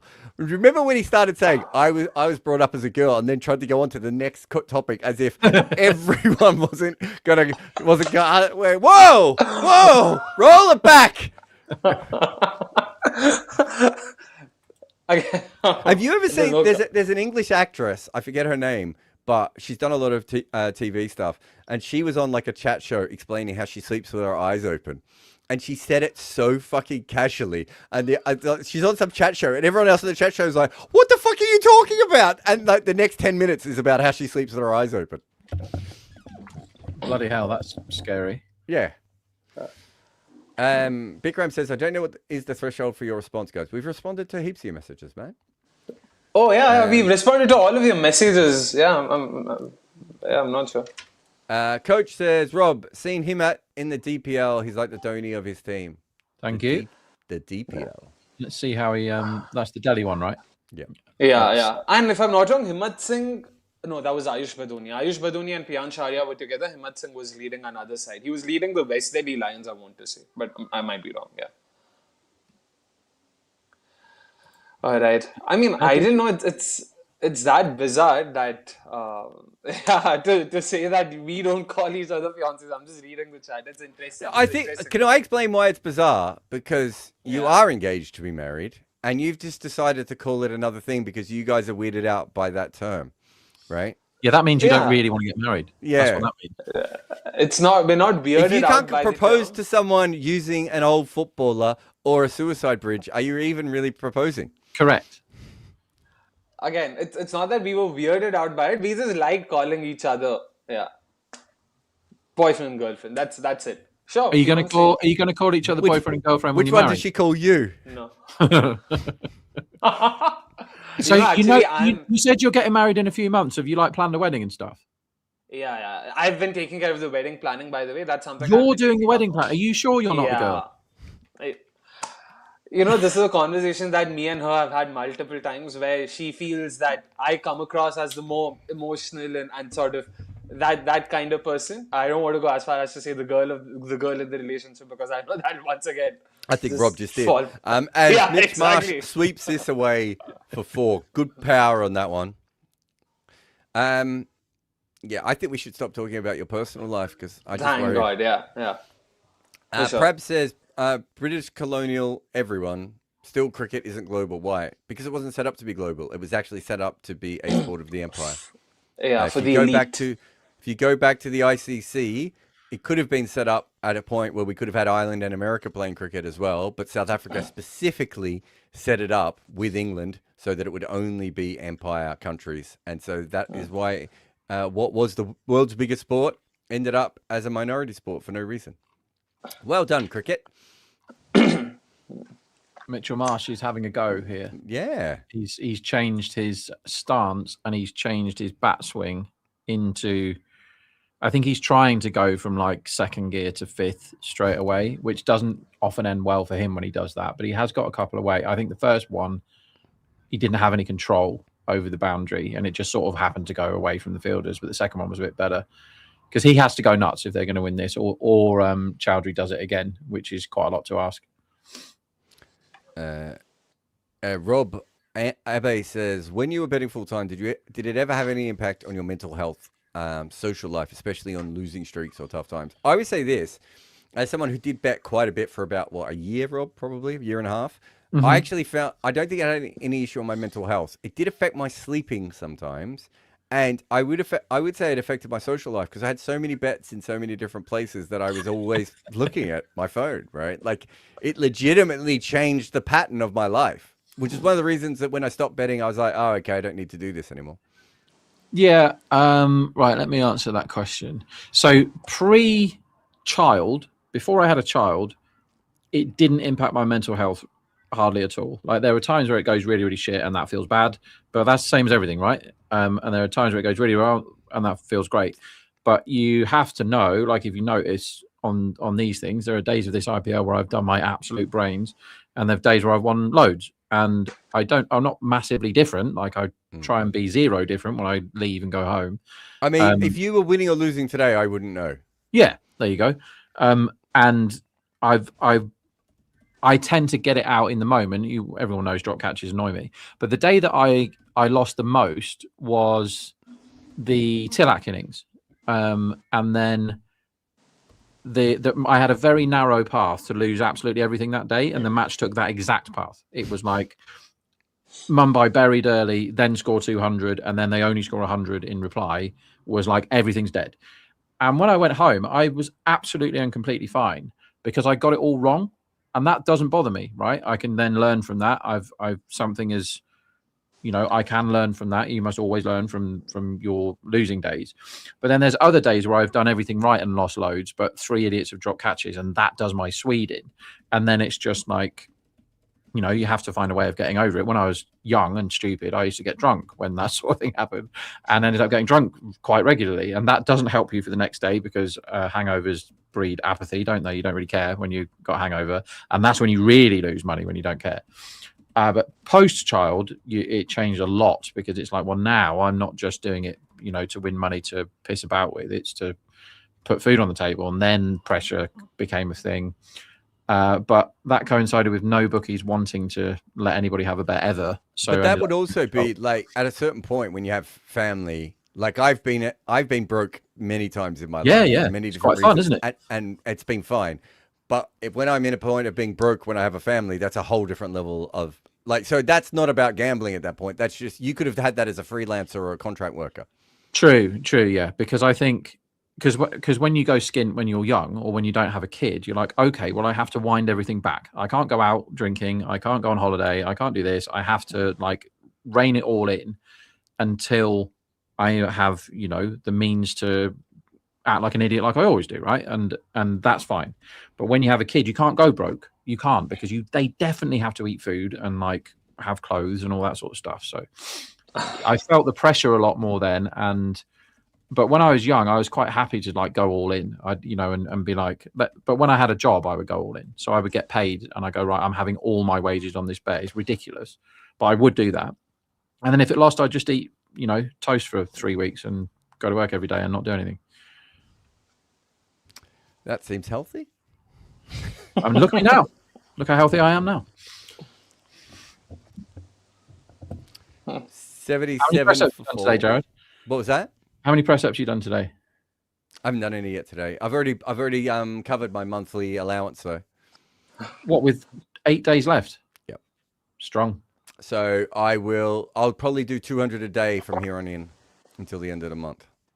I might do a couple of 400 a day just so that I can have a couple of days off. Do you not know about this, Akshay? I have no clue, and I'm just amazed by this. So it's something. I have done. I can tell you guys exactly. I have done. Oh, fuck. This month, I've done 7,800 press ups. What a ridiculous Is there a zero? human being. Is it, That's 7,800 press ups, everyone. Ridiculous man. Yet I still have tiny little chicken arms. I don't know what's going on, Rob. You would have thought at one stage I'd built a muscle. I'm way stronger than I used to be fair. That is very noticeable. But Do you do weights? nah. I can't do weights because I don't have a shoulder. So what I'm trying to do very badly is lose a load of weight and then try and slowly put some muscle back on, because I don't have any since I've done my shoulder in. That's kind of what I thought. If I could get very, very fit again, and which I have over a long time now, I think maybe I will look at putting some muscle on. But to be honest, I'm not sure I need it for anything. I'm not sure That's why. true. Like, you know, I think just like my hand now, for example, has pins and needles in it because my shoulder's knackered and everything's in the wrong place. And I think being healthy would definitely help with the shoulder, and then putting muscle all the way around it means that my shoulder isn't in constant pain. So that's the long term, very boring goal. As they win this 1 in 4, says the market. Seems about right, doesn't it? Yeah, I mean it's only a couple of overs of Mitchell Marsh. And Brijesh Sharma will have to bowl his 4 overs. So I do back Mitchell Also, Marsh to come Bishnoi has back. bowled wide and short a lot in this inning so far. Bishnoi hasn't looked good. He's been lucky to be none for 13 because he happened to be bowling at 0 intent time. But I think if he comes back and Marsh is still there, that's when this game will swing one way or the other, won't it? They've got 3 overs left from the bowlers who have bowled well, right? Archer, Nandre, and Jadeja. And they've got 4 overs left from the bowlers. Brijesh Sharma, not saying he's bowled poorly, but just he's going to be they're going to He go can after be him. targeted. Yeah. Yeah. And Bishnoi. So there's a lot and Jadeja's bowling his last over now. At least they're bowling him all 4 overs today. They didn't do that last They time. have to because they have no option today. Well, they've got 7 other This options. is just outside the the line. line. A big shout from Jadeja against Mitch Marsh. He's going noticeably trying to hit the sweep on the ground. Have you guys seen this? Yeah, I think he. Oh yeah. This is not going to go down as a great innings if he Goes out now. get going, because he's 47 off 35. But when you're chasing 160, you can have this innings if there's wickets going around, the other end. But he has to tee it at some point, as Himat plays a ridiculous reverse nothing for a dot, and is now probably feeling the pressure at 7 off 10. I was going to say, I think missing that reverse sweep is probably, that might get in his head a little bit. How old is he? He's old, isn't he? He's about 30. He is old. Yeah. More than 30. Oh, that should have been stumped, by the way. I thought it should have been caught initially. I thought it might have got a bit of glove. Yeah, So Jarrell, that's a missed stumping at least. Yeah, Jarrell's fumbled that. I mean, I'm not sure he would have got the bails off quick enough, but his foot was definitely not in the crease at one point. Dhoni stumps him 100 times out of 100 there.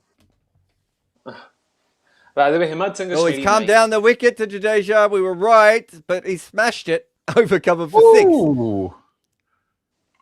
He'll feel a lot better now. That was a shot. I knew that last ball was in his head. I didn't realize he was also going to hit it out the park. Oh, That was played. brilliant. Played. Lovely shot. Yeah, lovely shot.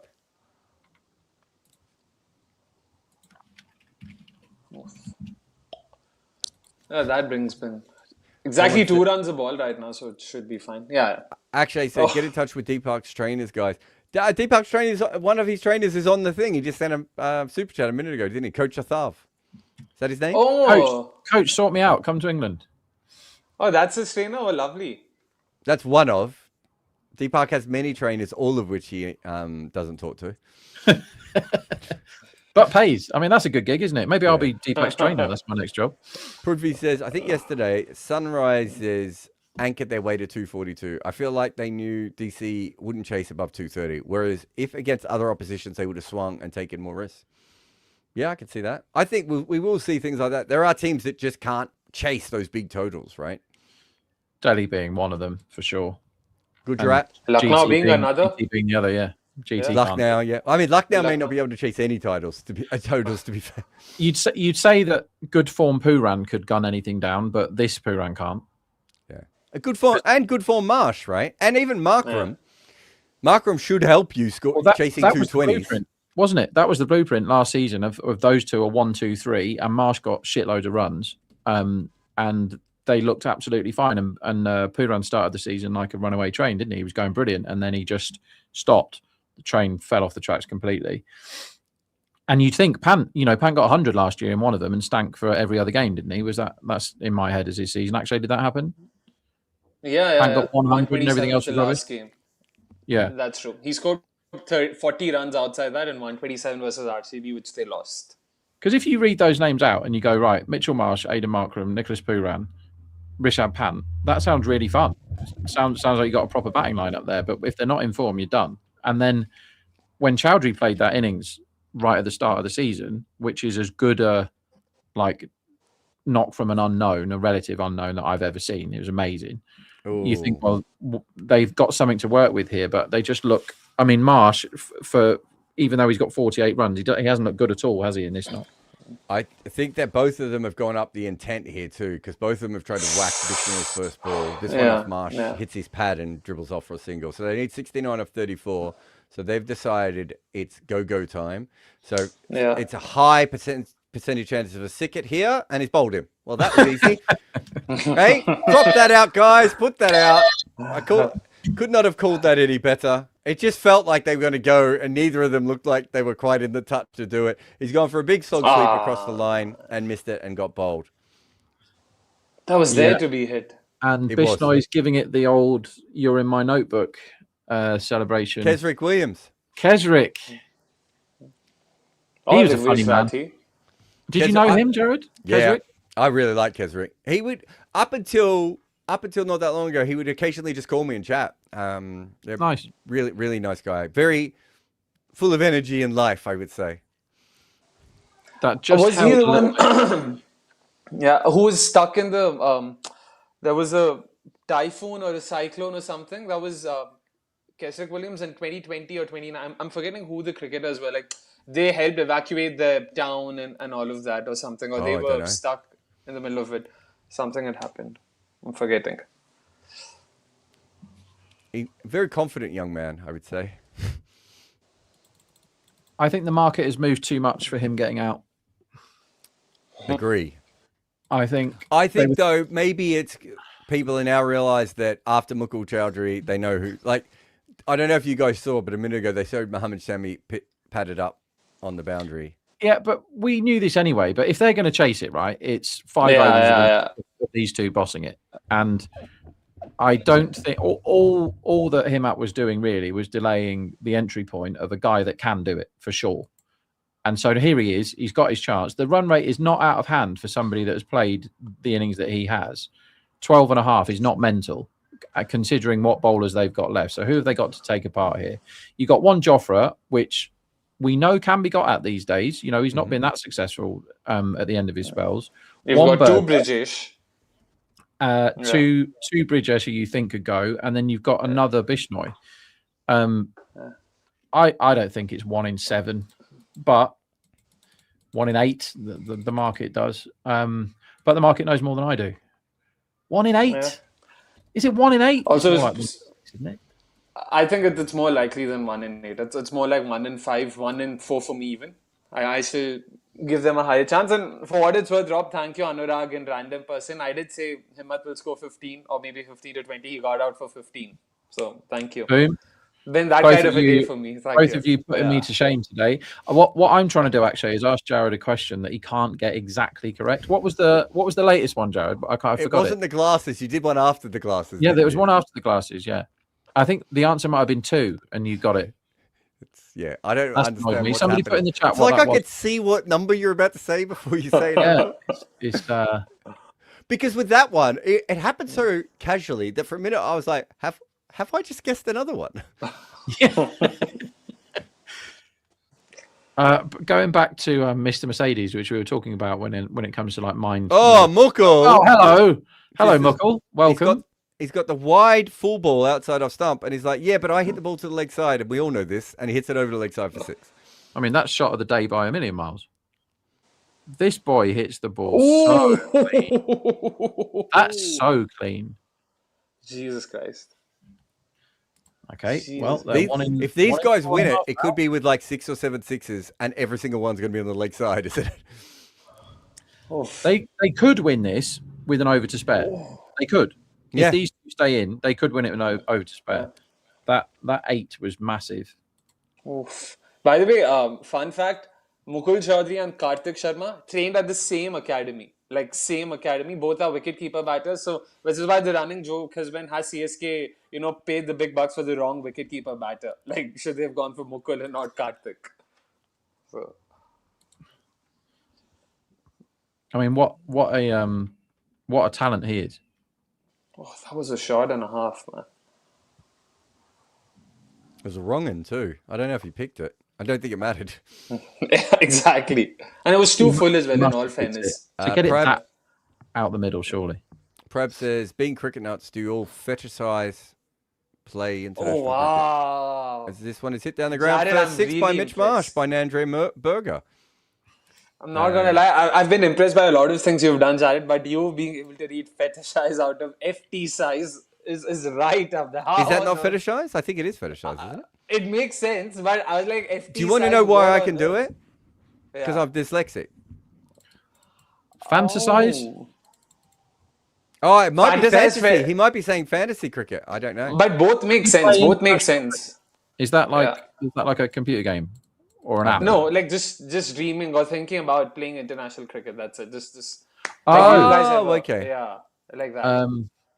Yeah. Anyway, that was a very big six. How much did that change the odds? 10%? one in 3. It was 1 in 8 2 balls ago. It was 1 in Whoa. 3 now. The big six that in that terms of the game. Sometimes actually a six is more than a six, which is what Rob That's a Barron wild tells me. swing. Yeah, when the market understands that it's a very important shot. Berger again to Mitch Marsh, who hits this to cover. Do you all fantasize playing international cricket? Oh yeah. I don't, but I can tell you why. There's a very specific reason. I know so much about cricket and think about cricket all day that if I fantasize doing it when I'm trying to get to bed, I will end up spending 3 or 4 hours in like some weird sort of like loop where I don't sleep. So I don't. But when you were really younger? fantasize about it. Yeah, when I was younger, obviously. But even then, Yeah. very early on, I realized if I thought about cricket, I wouldn't sleep. So it doesn't work for me. Oh, he's hit this straight up in air as Mitch Gone. Marsh. It was the wide, slower one. It should be caught. Rian Parag made it look slightly tougher than it needed to be. And I think that's game over. Are you saying I mean, Shami there's is still Mukul. I know. Shami and Mukul is the best partnership in cricket. Yeah. Oh, good catch. 14. Yep. And to be fair, is Archer done or Archer has another over left? One more for Jofra. Okay, so I think Jofra bowls the next over. If Mukul survives that, he's got 2 of Brijesh and 1 of Bishnoi, which I don't think is too bad. I would actually back my odds. Who's or more place my odds likely? on- Who is Shami more likely to go out against? Oh, he's getting out to Jofra because man's going to go for his shots. Man doesn't What care about about leg the spinner, though? situation. If Jofra's coming in next, whoever comes in next, Shami goes out. Shami is not lasting the 17th over. That's my point. It doesn't matter who bowls. Look at Shami, the way he's walking in. Like a man on a mission. The way he's just swinging his bat. And love him. Yeah. All right, it's a strategic time out there. How do you mark this down in your notes, Rob? Marsh's knock. I'm going to say in form but can't hit boundaries. But this is a tricky wicket. Not many people have hit boundaries on it. Yeah, I can't argue with that. It's like a perfectly fine 50, but no turbo, just no gear. The interesting thing, a guy that I thought his 5th gear might be gone showed us that he still has it. Is Klassen the other day of those 13 balls of mayhem. That was fun. Good to see him belting it everywhere. So he can do it. And the interesting thing is he did it from ball 1, which I didn't think he could. So he's not done it when it's been set, but when he wandered in with 3 overs left, he just went mental. Yeah, it was all right from Marsh. I don't think we've learned much about anybody in this second innings, have we? Really? Like Pant came in just wild nonsense by. Markram didn't like it and slogged out. Pooran did his absolute best and ended up improving his season strike rate by getting a strike rate 88. Yeah, they're a rubbish team, Lucknow. Yeah. Also, I know we'll talk about this later in the podcast, but it's not made me feel that much more warm about Rajasthan this game. No, because the other team Bloody hell. They've been traded at 1.15 Lucknow to win this match. 1.15 Lucknow were. Well done, everyone. What stage is that? Did they lose their 5th wicket, maybe? I mean, were they ever really 87% to win this cricket match? Let's try and work out when that was. 77 for 5? 110 for 6? I mean, nah. 87 is a bit much. But yeah. You'd have to think they were going to make 130 to 140, wouldn't you? To think it was an 87% chance. Because there was always something in this surface. I was with Akshay. I thought the 80% was probably wrong, but maybe not as much as he did. Just because Archer and Jofra are always a chance of getting early wickets. I didn't expect a fucking bonus run out, of course. The thing that Chowdhury did in that amazing innings was he strike hogged, didn't he? And he marshalled. Really well, which you have to do when the tail's this shit. I mean, this is embarrassing, isn't it? When Shami's walking out now and you've got Mohsin, Digvesh, and Mayank. I mean, that's 0 runs, isn't it? 9, 10, 11. That's nothing. That's but three I numbers. fully expect. And the number 10's and number 8. And despite this, don't be surprised if Shami goes swinging first ball versus an Andre Berger. Don't be surprised. Was it Shami who broke his arm in Adelaide? Yep. In the 36 all-out game, yeah. Yeah. Cummins to Shami. First ball, Mohammad Shami. I want to say edges. He pushes this in the air to cover. I think he tried to leave it after he'd played it out of the middle of the bat. I'm going to watch this again. What it was... Sounds like him. Yeah, it hit the middle of the bat and then he left it. So he went... That Marsh wicket would have been a wide, by the way, as well. Oh, was it that wide? Yeah. Yeah, it was. Yeah. It is I don't know possible where he he was hit trying that as he was trying to leave it. You're right. And got it to cover. Yeah, it's a fun shot. Who is the best... Oh, he almost gets caught behind here next ball. Who is the best scoring batter off the leave in Test cricket? Feels like Smith. No. There's a very specific answer, and you should know this, Rob. It's an English player. It is a bit obscure. Are we talking ages ago? No, that, pre-Bazball. Jack Leach? It was a top order player. So Cricinfo used to have a thing on their site that would say most productive shot. And for the first 50 balls of this guy's innings, another big six by Sammy this time, though. He just hoiks that across the line. Take that, bitches. He screams. Well, I assume.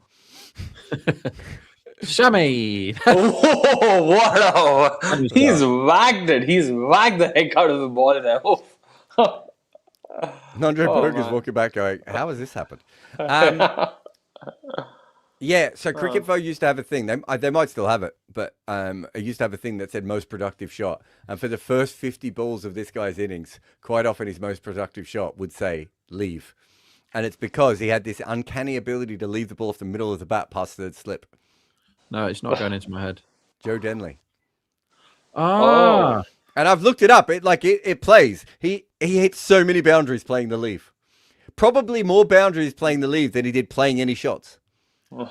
He's a strange cricketer. I remember the very start. I had a mate who was big on Kent cricketers back in the day, and he was talking about Denley from when he was like in the youth setup, and he was like, he's going to be featuring the captain. He's absolutely awesome. Everyone thought that, yeah. And he was really, really good, Denley, at the start, wasn't he? And he got in the. He played for England when he was 19, 20. Yeah, he was very, very highly thought of. But he dropped the easiest catch I think I've ever seen. Joe Denley, look that one up. It's incredible. Did he also take a Bridgesh blinder? in, short ball, and this is hit to cover, and that's the game, is it? Good catch from Parag. Is he definitely caught that? He's celebrating like he has.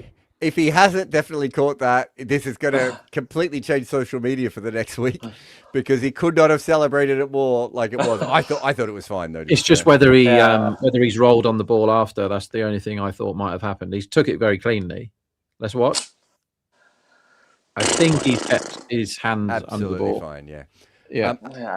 That's interesting there that Mukul was trying to hit that on the leg side and it went to the offside again. Shades of a young Roloff van der Merwe. He's not always quite sure which direction the ball's going to come off his blade. So he went for 7 off 3. Didn't quite give us the Obed McCoy 6 off 2, Rob, but gave it a go. Yeah, it's nice.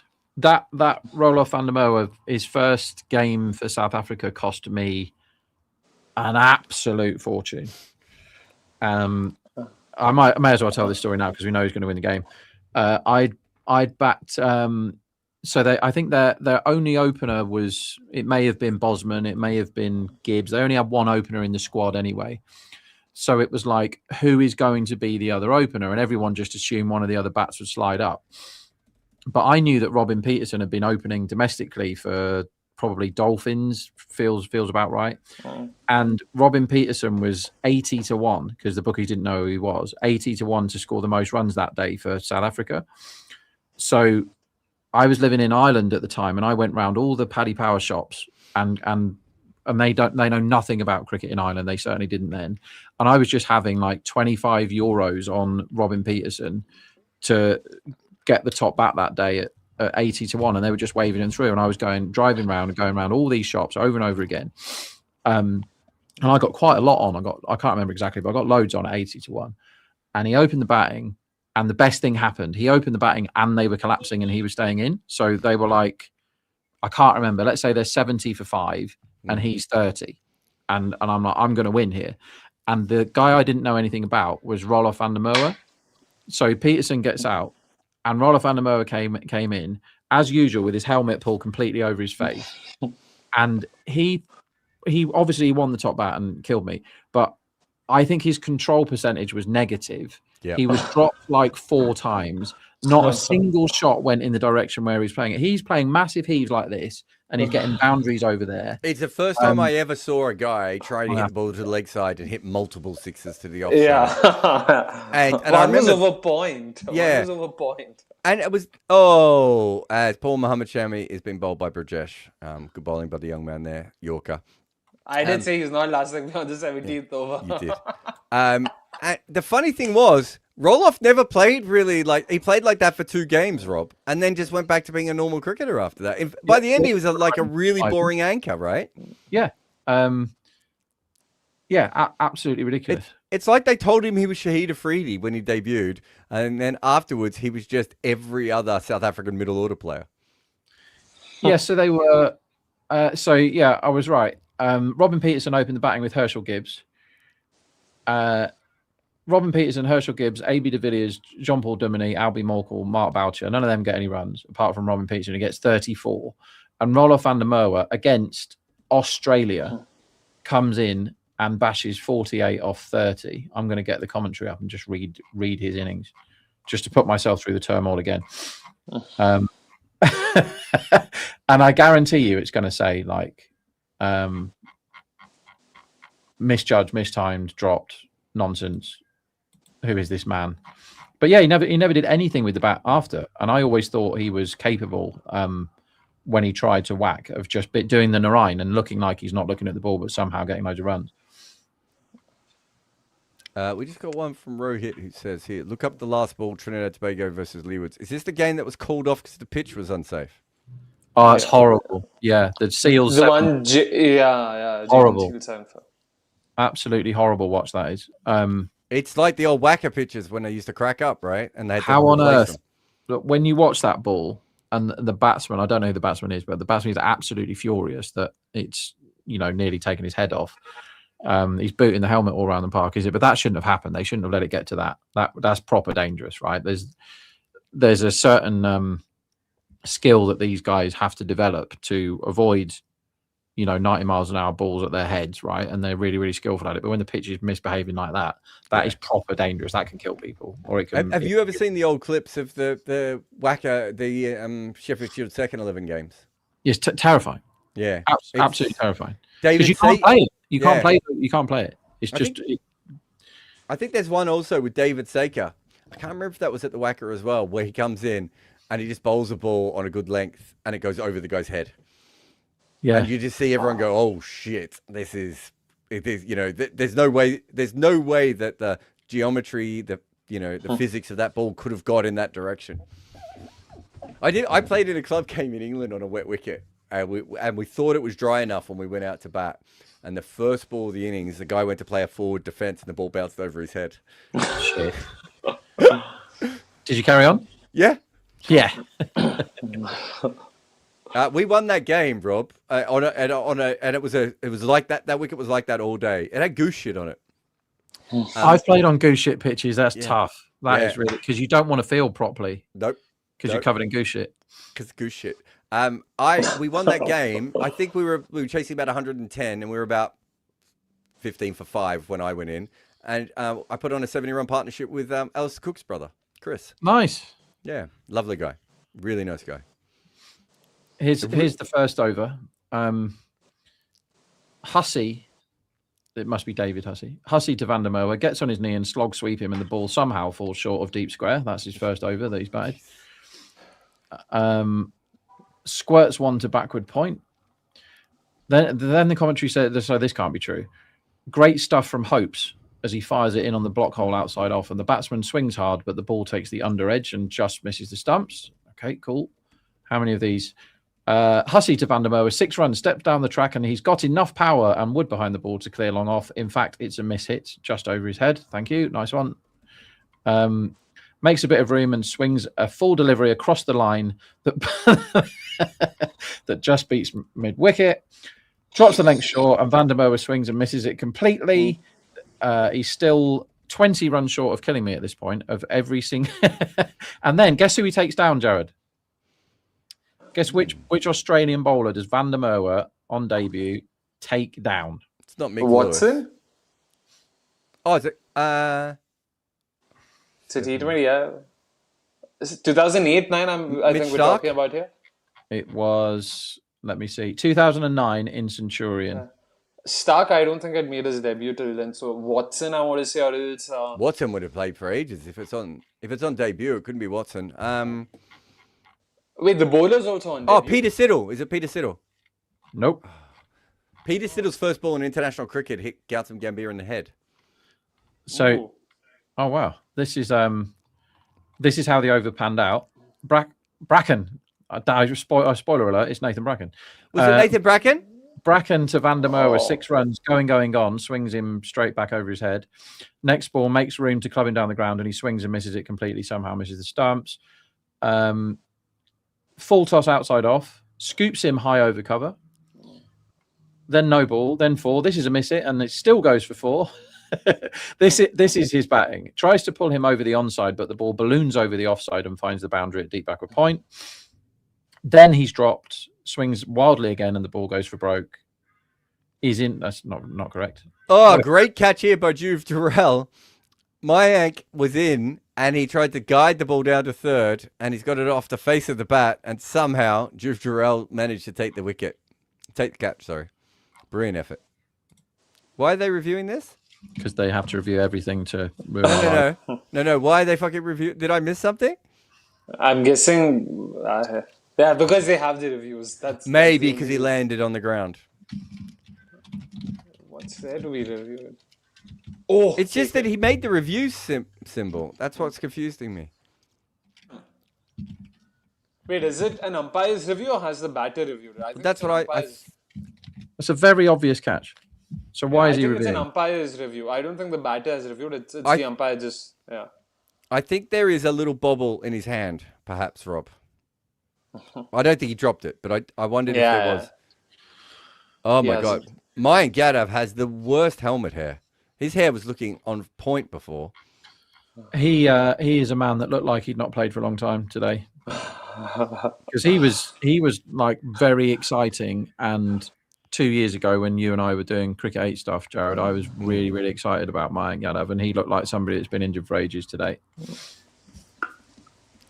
Well, what was interesting is he was still over 90 miles an hour, Rob, but everyone's over 90 miles an hour because they've juiced up the speed guns quite clearly in this. Yeah, tournament. yeah.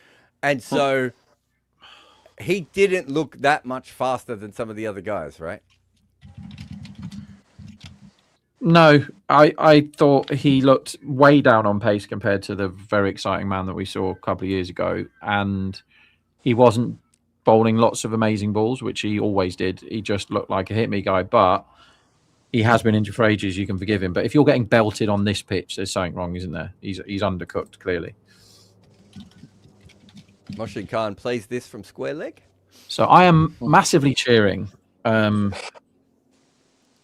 dot balls or 2 non-wickets, the next 2 balls, because if Bishnoi gets a wicket, it's a very good day for me. If he gets another one. I did a stupid bet on loads of people to get 2 wickets, and they all have apart from Bishnoi. So I need dot and then Bishnoi to bowl, which he may or may not. It's up to them what they do. But Yeah, so are it you could be feeling comfortable British. by the way that Motion is at square leg for every single delivery? He's basically trying to shake hands with the square leg umpire before blocking the ball every time. What's weird about it is he's not backing away like some people do when they're afraid, although he might be afraid, because he's then coming back towards the ball to play a fairly straight bat, nice shot. It's just that he's starting his position from square leg every time. Yeah, he's also got that little ingenue thing that we talked about, 1950s American movies where they kick their back leg out before they kiss someone. He's lost his middle stump, Rob. upsetting. 119 all out. It's not 119 all out surface, but you know, welcome to Lucknow, really. I think is maybe something that you should learn there. The game early on, it looked like Lucknow were all over Rajasthan, but a decent knock by Ravi Jadeja and a really good little cameo by Shubham Dubey at the end got them up to 159, which we thought was probably not enough, but at least they could defend it. But in response, Badoni made a duck, Rishabh Pant made a duck, Aiden Markram made a duck. And realistically, as often happens with Lucknow, other players were in for a long period of time, but didn't actually have any form at all. And the Jofra Archer and Andre Berger partnership looked excellent early on. That's it. That's it. Us done for the day. Some of us will come back for a podcast in a minute, but other people will never come back. That's the end of them. Some people, when like to change the names of things, and when they get engaged to someone, they don't know how to say fiance. Anyway, we'll be back very shortly for a podcast here on Combox. Combox. The game lives on.